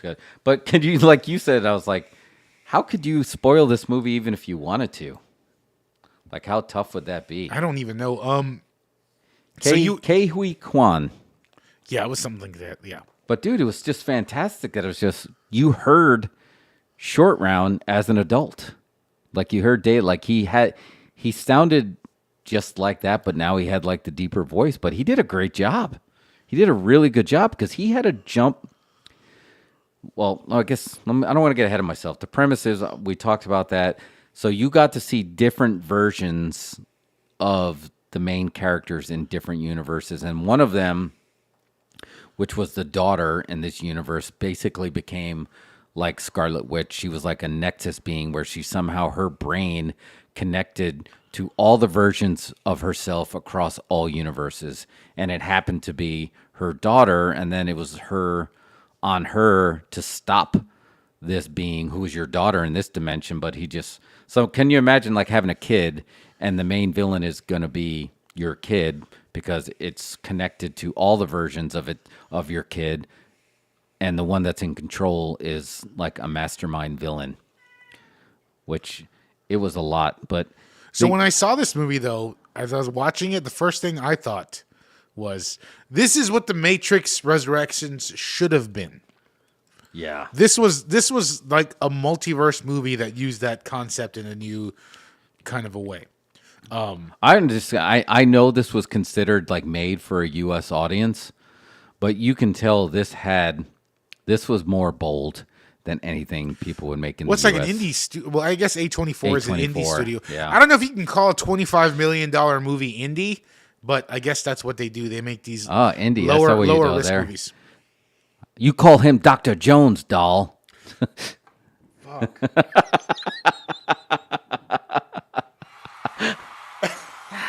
Yes. Sorry. But yeah, you're right. I mean, I guess it is considered indie just because if you didn't spend $100 million in the backing of a giant studio or of a big studio that's not named Disney and a multiverse movie, yeah, I guess that would be kind of indie. But it was bold. It was really bold, but the performances were great because they had to be different versions of themselves. Like in one universe, she was the opera singer. And I talked about this with you. There's people in real life, IRL, right now that you can read about that are doing what's kind of being done in this film. What's that? It's called quantum tunneling, I believe. Quantum tunneling, where basically it's a way that you mentally build a tunnel to another version of yourself that has like a skill. So like if you want to learn to play the piano, if you want to learn to speak Spanish properly, you can tunnel to another version of yourself that can. And the hive mind, because their theory is the hive mind with quantum entanglement, like your brain is connected to all versions of yourself, right? Because you make a choice, you hit the fork in the road. If you say no, you go this way. You say yes, you go this way, right? It's choose your own adventure. But you never lose that connection between those two minds. So their theory is like you're able to learn these skills that if you would have took another path, like so in the film, Michelle Yeoh, she said no to the Ke Huy Quan character, and then she became a famous martial artist in films. So she was able to call that power and learn martial arts. And there's people that really do this, and that kind of That's blows a real my thing? That's a real thing. I'm gonna just do a quick search, make sure I'm not speaking. It's called quantum tunneling. So, I mean, I think overall, if I have like a regular just review of the movie, just to get that out of the way, it's pretty entertaining. I feel like Very it's entertaining. feel like it's a little long to me. It's about 2.5 hours. I don't know. That's a bit long for. Yeah. But I mean, I think the part that just cracked me up was the rocks. Oh yeah. Let's just be rocks. Let's be rocks in this universe. That was great. Wait, I don't know if it's that or hot dog finger. Hot Dog World. Fingers really was great. That kind of came out of nowhere too. Imagine a world where everyone has hot dog fingers. Hot dog. It was very random, and I enjoyed that randomness because obviously you can go for the big ones like I'm an opera singer, I'm a famous martial artist. No, in this one you're just a lesbian with hot dog fingers. Or you're a rock. Yeah. How about that world instead? Yeah, and they're like, let's just be rocks. And then they figured out how to make the rocks move. I think that was really cool. But yeah, no, it was very, very enjoyable. And, they had the googly eyes gimmick. Did you see it at Alamo? Yes. Did they have googly eyes at Alamo? Like on the stuff? Yeah, like they had on the counter you could grab googly eyes. Oh no, I did not see that. No, I did not. Dang it! I wasn't looking either. Yeah. So man, I should have went. No, I think it's that one. Well, I mean, not to cut a promo, but I think the Alamo on South Lamar is the best one, and it's still the one that tries to hang true to the original principles. Yeah. So they always do something for the big movies. They have some kind of gimmick. It always feels different when I go to that one with you versus when I go to the one that's up north. It's like the only one that holds true to the original feeling, and it tries to. When I saw Licorice Pizza, they had a Licorice Pizza pinball machine there. Oh, just wow, in the yeah. lobby. See, and so does what's his name, Tim Lee? Does he still own that one? Doesn't he still? I don't one? know. He's definitely a big part of it. I'm not sure how it's all set up. I think he might own the ones in Austin. Oh, okay. And yeah, and it's a shame that the best one did go night night. Let me just read the lead there. I'm going to try to properly read the premise. Let's see. It's actually all right. Let's before I read the premise, let me read the stats here. So, it is 97% tomato meter, 94% audience score. That's high. That's really, really high, right? I mean, It's getting good reviews. It's getting great reviews. All right. Sorry, I know you got the Evelyn Wang is a Chinese-American woman who runs a struggling laundromat with her husband, Waymond. Tensions in the household are high due to the laundromat being audited by the IRS after Evelyn incorrectly files her taxes. Additionally, Waymond is trying to give divorce papers to Evelyn. Evelyn's father, Gong Gong. Shout out to Gong Gong. What up, Gong Gong? Yeah, that was great to see our from Big Trouble in Little China, right? Victor Wong. He's been in a lot of Victor stuff. Wong, yeah, that's fantastic. I think that was it. I don't know, yeah, because the rest we really start getting into big spoilers. So when I saw this movie, I immediately knew that this was right up your alley. Oh man, I it loved was. It was. I'm ready to see It's definitely like unique and I guess somewhat you call it experimental, whatever. But the logic of this movie and the things that it was doing, like what did it make you think about? the stuff that I think about every day. Is just that's like, what I'm saying. Yeah. So what did this provoke in your mind? Because I mean, you think this is like a metaverse movie now that we're so beyond the Matrix and beyond Marvel, beyond Endgame, all these things, and now like these smaller indie movies are doing these multiverse, kind of gimmicks. Yeah, and here's the hot take, and I think you called it. What could have made and I still love Matrix Resurrections. I'm one of the few, but if the concepts around the Matrix was kindergarten, everything everywhere all at once was 8th grade. Like it took it to a whole nother level.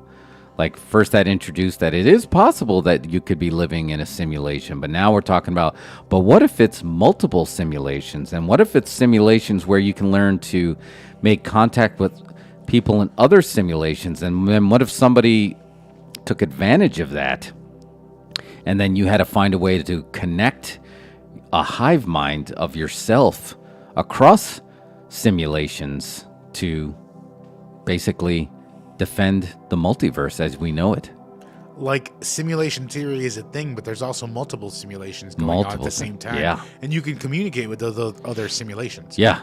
That's exactly where I took it. I was like, okay, now Now I get it.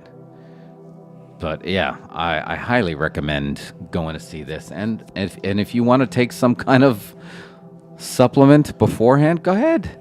Go on a ride. There's plenty of time to let that, ride that out between trailers and the movie. You're going to be in there for a good 2 hours and 45 minutes or so. The setup was, and I guess if you the director and you would have cut it. There was a lot of thickness in the beginning. You probably could have cut, right? I don't know, because it felt long to me. All right, and I'm just, as a shoot, I went to the 10:30 Alamo show, and by like beer number 3, I was kind of like, okay.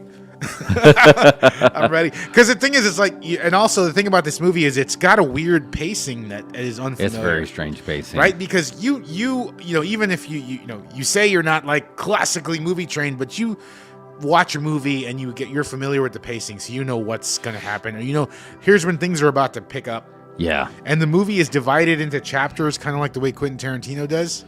And when it gets to chapter 1 and 2 are like an hour or so each, and then you get to chapter 3 and it's like 5 minutes. Yeah. That's a shoot. So sorry if you haven't seen it, but it's weird. That was that one threw me, because it was like part 1, everything, part 2, everywhere, and then part 3, here's it all at once, but the all at once was kind of like an epilogue, and it happened like really quick. But it's funny, Den of Nerds was talking about that this morning. Shout out, I'm a huge fan. I watch. And they were talking about trying to explain pacing, because when you see Moon Knight, he's complaining that episode 3 had some strange pacing. And they were like, why are you always talking about pacing? What is pacing even? Like, and as a filmmaker, like, what would you explain pacing? And the way I think about it, pacing is, I think Grease would be like, because you're like, okay, we're talking about Grease when it comes to pacing. Well, is this the scene when you're stranded at the drive-in, or you're going to build up to, the big thing that happens at the dance, and then the big climactic event is the graduation? Like, so Grease, I feel like the markers in the sand on where you need to hit, those landmarks of just like to keep your pace going in the right direction are like right there. Here's the updated version of description of what pacing is. Does the movie keep you from looking at your phone? Oh yeah, that's big. How often are you checking your phone in the movie? If you're checking it quite a bit, the pacing's probably not good. You're right. Right? Yeah, the distracted eyes. That's a good way to do it. Like how often that you're looking at your phone to see. This movie's cut so fast, there's no chance for you to look at your phone. No. Even if you watch this at home, I guarantee you're going to be like, because you can't really turn away for a second. No, there's no, like, can you imagine like walking in halfway, like the people who, like, I call those people lunatics, like who walk in like 5 minutes into a movie, 10 minutes into a movie. You're already lost in this film. You're not playing catch up. You're done. And if you walk away and you see, it's documented here. I have a ritual. You've been to the film with me. You know what the ritual is, right? Irish coffee. Yeah, that. And 5 minutes before the film starts, I look at my watch, 5 minutes. I run to the bathroom because last second bio break. Yeah, I have to, because I know in that first viewing, I'm not getting up. I will not let myself get up. I just don't. I feel like I'm taken out of the moment and something's been fractured. And like I got to spend the rest of my time trying to rebuild that fracture. I feel that. I can't do it. I mean, 3.5 hours. I don't care. Lord of the Rings, whatever. I do it. And I knew I was not going to be getting up for this movie. But this is one of the movies that you can't. You're not going to say, oh, you didn't miss anything. Because you don't really know. It's like, yeah, you might have missed something, but I don't know if that's important or not. Let's imagine you're watching the movie and whoever you're with gets up to go to the bathroom and says, what did I miss? What do you say to them when they come back? Yeah, because we already put the spoiler bomb off. So right now you got Jamie Lee Curtis, who with a phenomenal performance. She's an IRS agent, but she's also like this giant thug who fights you. But then she's also a lesbian lover with hot dog fingers. You got to do it like you be whispering, because you're in a movie theater, obviously. You know. Oh yeah, it's just like, okay, remember how she was just an IRS agent? Well, she's actually the lesbian lover. Why do they have hot dog fingers? This is a world where people all have hot dog fingers. It's like, why are they dancing, wiggling around their hot dog? And then the hot dog fingers had, why is there mustard coming out of the hot dog fingers? Was there a mustard part? I don't remember that part. You ever remember when they were doing the Bollywood and she was watching the Right. I remember that and now. then they started squirting the ketchup and mustard outside. See, if this would already be too long of a conversation. They would have raised an order card in Alamo for that disruptive neighbor, and we would have gotten a warning. But Michelle Yeoh, we've gotten a lot of her this year. We got Shang-Chi, and then we saw her Magnificent Warriors, and now we got her in this. I love seeing, and I go to Alamo for specific films because I know the pre-roll is going to show a lot of the older, cooler stuff. And thanks to you, I was lucky enough to see one of the pre-roll stuff that is in there. I was like, yeah, that's the movie. It's called Magnificent Warriors. I just saw that. Oh, it was in the pre-roll? I missed the pre-roll. It was in the pre-roll, yeah. Awesome. So it's very cool, of course, because, she talked about all the stuff with like Jackie Chan. But let's go back to a second to, I guess he would be, the Alpha universe is where they learned to make contact with other people in other universes. Yeah, that's right. So so they were calling him Alpha Wayland. That's the Ki Hui Kwan character, Short Round. Apparently this was the first movie that he's did like in a long time. Did I already say also he's a shoot martial artist, apparently? No, you did not say that, but man, I would not have known that until I've watched this, and then you're like, wow, this is really like legitimate. So, all right, I'm going to pull up his stuff right here. I did not know. So he obviously, did you know his very first film was Indiana Jones? Well, his first U.S. film? That was his first. No, I had no idea. Sorry, you got 84, you got Temple of Doom, then he was in Goonies, then he was in a Taiwanese movie, Takes the Thief, Passenger, Japanese movie. He was in Encino Man in 92. I remember that. Yeah. And then... He's Brendan Fraser's buddy. Yes. He loved him. He hugged him. Exactly. And then two Hong Kong movies. I guess this was kind of his comeback. He has a Finding Ohana and Everything All at Once is like his comeback into the U.S. market, and he did a phenomenal job. His martial arts, you can tell this was the school of Jackie Chan, right? Because Michelle Yeoh, right? She got her break because of Jackie Chan, of like the ability of just like, I want to learn to do what you do and do. And I feel like she does her own stunt, and it was clear that he was doing his own martial arts as well. Yeah. He was definitely great. It wasn't like all choppy and edited with a stunt double. Oh, and this is what I wanted to talk to you about. I loved the gimmick where you had to do something bizarre to actually initiate the contact between you and a version of you in another multiverse, because the universe is predictive and it tries to figure out what you're doing. So you had to, like, I always do this. I don't know if you've ever done this. Like, what if you're driving? What if all of a sudden I had this urge to make a left and pull into somebody's driveway and then run in the house? Like, would the universe be able to render a backstory fast enough, or would I catch it? This is the stuff that goes through my head. But I didn't get it the first time, because all of a sudden before his fight, he's like, he takes the chapstick and he goes all the way up with the chapstick and then he eats the chapstick. You have to do something completely unexpected and out of nowhere to create something that the universe can't predict, and then it builds that tunnel between you and another version of you. But what's funny is you've thought about eating the chapstick before. Oh. Like just rolling it out, just eating it like that. And some of us may have done it. And it doesn't taste like it smells. Spoiler alert. Do we need a spoiler alert for that? It tastes way different than it smells. Yeah, it's just like, you think it's going to be like a Starburst. Yeah, I'm just saying, theoretically. Yeah, I don't know who's done that, but yeah, it doesn't taste like Starburst. But I just love that, because I really want to do that.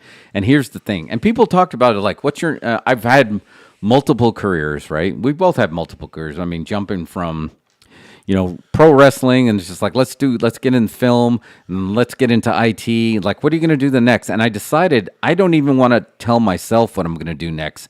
I want it to be completely unpredictable, so I can really get like a true experience. Because if you start to doing it, then the universe has no choice but to build that path for you, and then you have to do it. I feel like there's something to that. Right? There's something to that, because I don't want to shoot on, like, I want to do a real shoot, but it's like, I feel like, as far as for me and the way like employment goes, I've just been like real picky with jobs, and I'm just kind of like, I don't really want that. I'm good. Nah. And it's like the universe said, well, how about this job then? You know what I'm saying? Yeah. No. Now will you go to work? Yeah, you lived it. I think I might. You lived it, right? Because I think a lot of people settle. Shout out to Terry Crews, telling Randy, and I heard it, and I was in the phone. He's like, nothing kills a great dream like a good job. And he's right, because like you chose your path. Plan B eventually comes plan A, where you gotta, in a way, gotta play chicken. That when people say the word faith, a lot of them don't really understand what that really is. Us people who watched Indiana Jones knows what faith is. You got to take that step When he steps off the ledge there. Yeah, and one of the coolest moments in cinema history, right? Yeah, it has to be. it's up there. Especially for 1989. It's got to be. It's up there. When they did that part, you flipped. Yeah, That's the biggest pop in all the Indiana Jones movies, for sure, right? it was a huge pop. Well, also the ripping the heart out was got a big pop for different reasons. But you're right, because it made you go, ugh.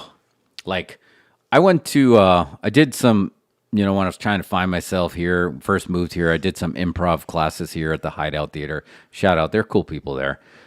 But they did a lot of fun stuff there, a lot of fun games. But one of them was literally you got blindfolded, and the other person you had to trust to walk you everywhere. And what the idea is, just like, you don't want to compete with each other on stage. You got to have faith that your partner's going to lead you. And the dude that I was with, I was like, wait a minute, it smells like we're outside. I hear the streets. I was like, wait, it smells like the Royal Blue, the convenience store. And I think he literally walked me through the convenience store. And I was like, this is but I just wanted to go with it. And then I felt going up the steps and growing up in New York, I was like, we're going up a fire escape. He was taking me on a journey, bro. And then he took me, and then he's like, do you trust me? And I was like, of course. And he's like, I need you to jump. I was like, what? I was like, and I just smelled a fire escape. He's like, I need you to jump, and I need you to trust me. And I was like, well, clearly this dude's not going to tell me to jump off of the edge, right? And I was like, and if he did, that's kind of a cool story. So, all right, I'm going to jump. And he's like, just make sure you jump out kind of far. And I was like, oh, shit, really? I was like, okay. And, dude, I did my pro wrestling. It was just like, all right, let's get my arms down. And I jumped out. And, dude, it felt like forever that I was falling. And then all of a sudden, it was just like, bap. And then I hit the floor, and I was just like, and he's like, oh, my God, are you okay? And then he ripped off my blindfold, and it was just and it was 5 steps. It was a decent jump, but not enough that I was gonna get hurt unless I chickened out and got scared at the last second and try to catch myself, because I told you in wrestling, the minute you think about it, you're hurt, you're just done.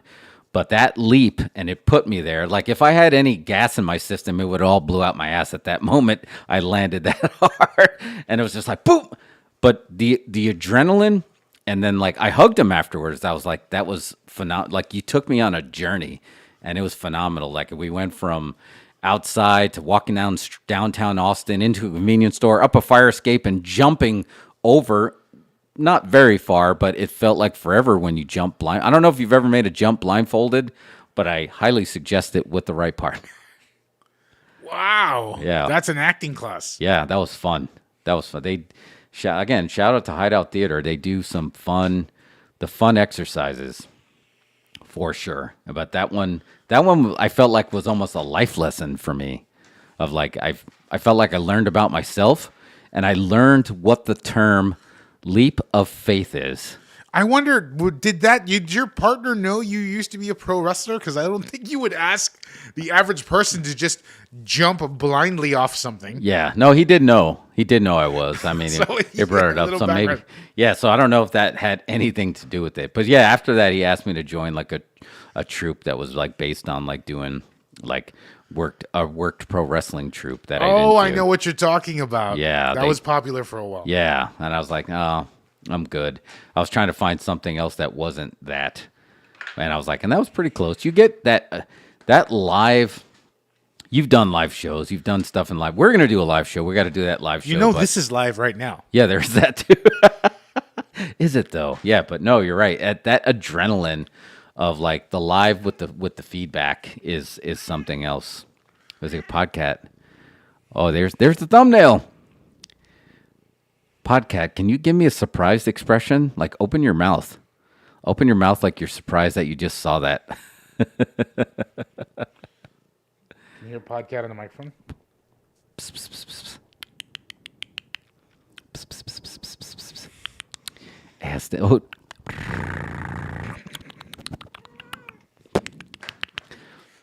I always forget that ASMR. Yeah, it's got cat hair on the mic now. Thank you for the $5. I wonder if we can sell some podcat ASMR so we can get another video camera. Yeah, we're gonna need one soon. Cat ASMR.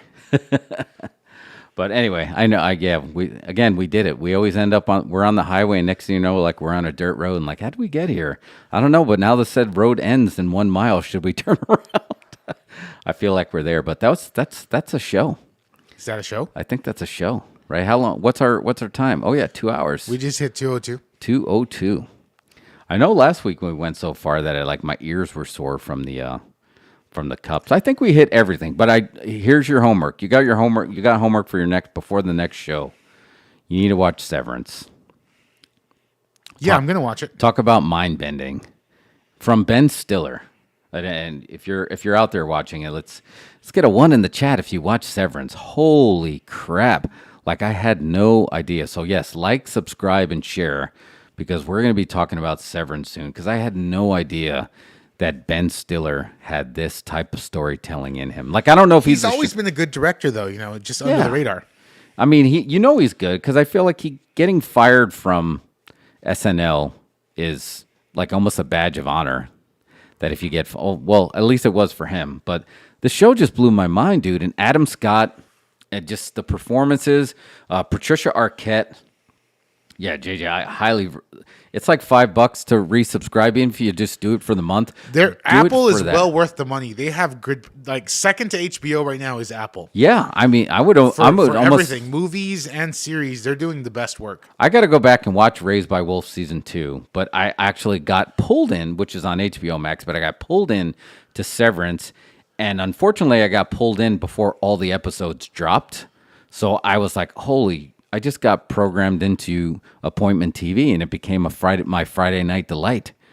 It's been Severance, and I'm not going to talk about any spoilers on this, but I'm just going to tell you know the premise, right? All right, next week, full spoiler Severance show. Yeah, because the premise, if you remember, got a chip in your head that separates basically a firewall in your mind, so your work self doesn't know your home self, and your home self doesn't know your work self.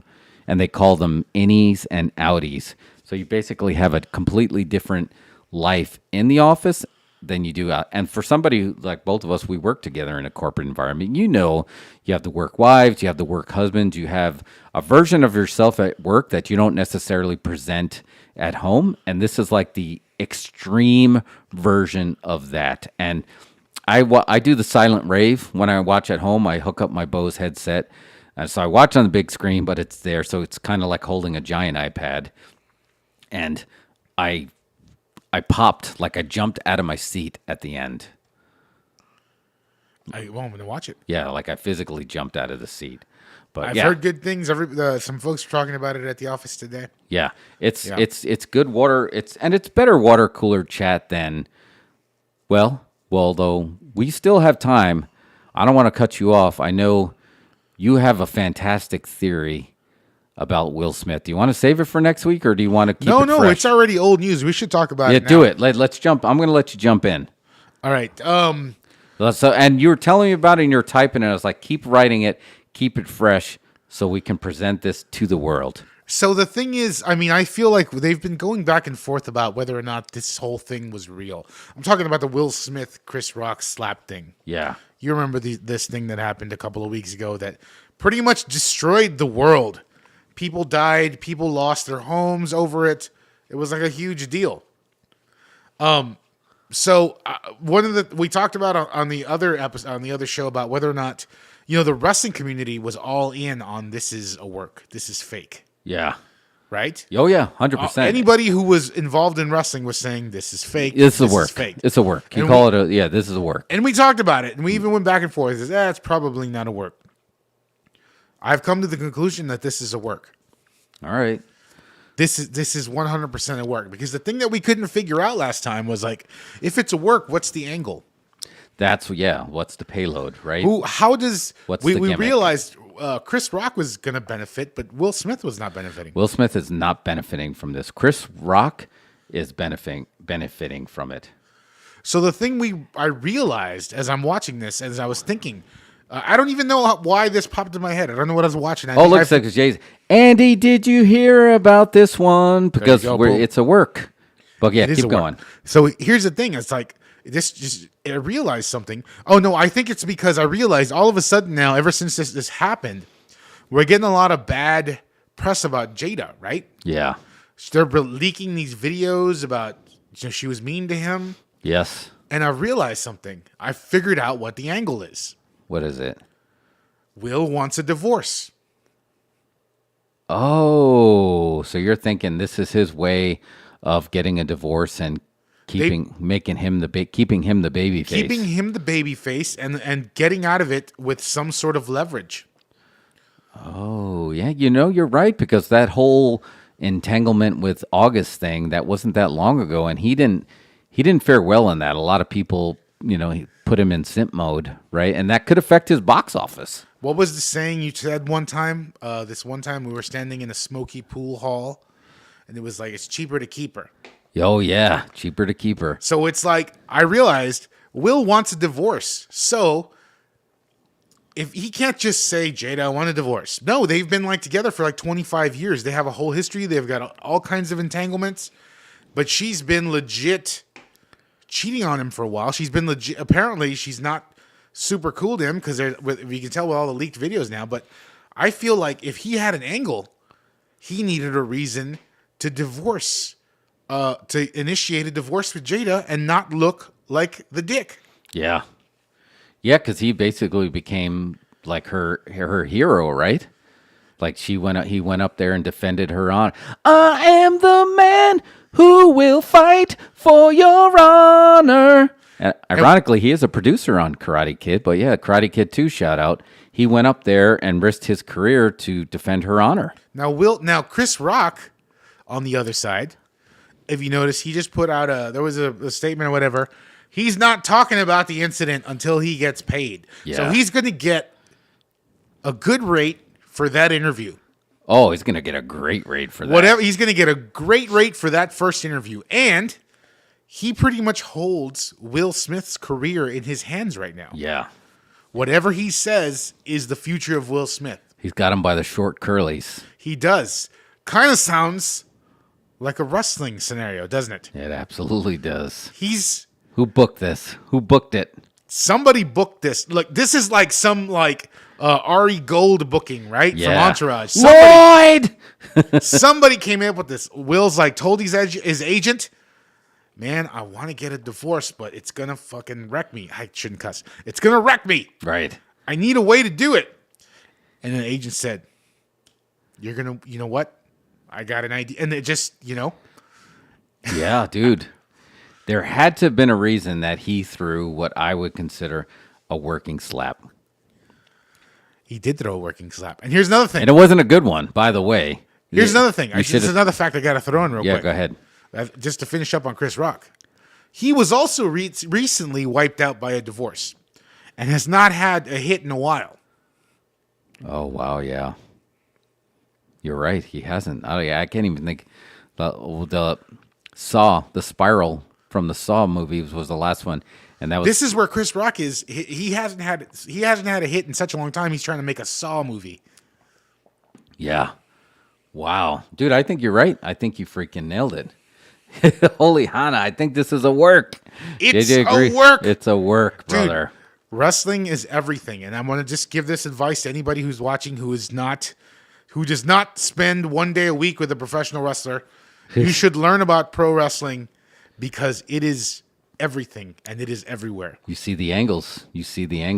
Everything is an angle. Everything's a work. Everything marketing. There's the subtle manipulation. This started back in carnival tents. This didn't start with Jim Cornette, and he'll tell you this started back in carnival tents, where you basically had to snake charm people inside your tent. And how do you do that? By manipulating their emotions. You have to manipulate the emotions. Yep. And now you're not trying to get a couple of rubes to walk into a tent. It's like, there's a couple of marks. You got to convince the entire world, not even the whole U.S., like the entire entertainment world, because like the Montreal screw job, the best works, there's not that many people who know it's a work. Nobody needs to know, but the people who need to know. The people are in it, and there's just a couple of small little things, and I think you nailed it. I think you nailed it, because the slap was a working slap. He threw a very, for lack of I don't know the right term, the PC term to throw that was a weak slap. But if you watched Natalya last week on SmackDown, or if you ever watched any Stephanie slap, even the wrestlers don't throw work slaps. But he's like, Chris Rock's like, I'm going to feed you my chin. Don't go all in with it.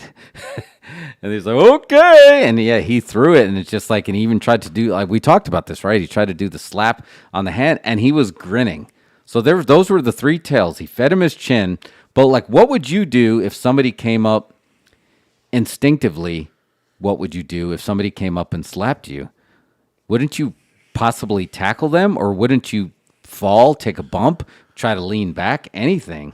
You get that moment of like, when something like that happens as a shoot, you get that moment of uncontrollable rage, even if it's for like a second. Yeah. It might be just a second. That's right. But for a second, you're out of control, and you see that. You would see that, and then you'd see them squelch it, right? Yeah. But at least for a second, you lose it. Yeah. But we didn't get any of that. Harrison Ford, Patriot Games. What made you do that? Rage. Pure rage. You don't think about it, like you're out of your mind at that moment. Even you would not to say you'd even hurt or do anything back. No, but there's that second where you lose it. Yeah. No, it's the only way to describe it is it's a white. For me, it's like a white flash that I see. JJ said, to quote Hulk Hogan, "Good night, Hulkamaniacs and jabroni marks without a life that don't know it's a work when you work a work and you work yourself into a shark's." Word, man. That's words to live by. I don't know, but is this going to... So again, we're looking at who's going to benefit, and he's going to get a divorce. Did they tell him he's going to have to be kind of like in movie jail for the next 5 to 10 years? Kind of like when Tom Cruise jumped on the couch, how long was he in movie jail? Not that long. But he's still he's just like, okay, fine, you're just going to be able to do Mission Impossible movies, and then we'll wait till it's kind of blown over, and then we'll give him another Top Gun. What does Will Smith do? Because he's going to be in movie jail for this. Here's the thing. Somebody already called it on Twitter. This is exactly how this is going to end, and I'm gonna roll music over this. Do it. No, this music. I'm gonna roll music over this because I feel like this is it. After all this thing, this whole thing that's gonna happen, there'll be controversy. Maybe Will won't do a movie in a little bit, for a while. But someone called it on Twitter, and it was the perfect tweet. About a year from now, at the Super Bowl, they'll be in a commercial together, being like, "These new Cool Ranch Doritos really slap." And that's it. And then they made peace. And that's it. And the world goes back to just doing whatever it's doing. And then he gets the divorce, because it's just like the strain on the marriage after the incident was too much. So we're gonna take our space, and we're gonna still co-raise our kids. Yeah, I guess there's old pictures of them hanging out, and I don't know if that means if they were buddies. Right? Yeah, I mean, of course they're buddies. They're comedians. Yeah, they're comedians in Hollywood. All right, you ready to roll out? Yeah, let's roll out. Roll out. All right. See you next week. Tune in next week. Yes. Back on Wednesday next week.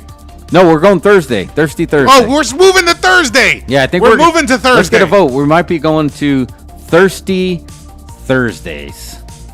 Feel that. All right. Cheers. Salud.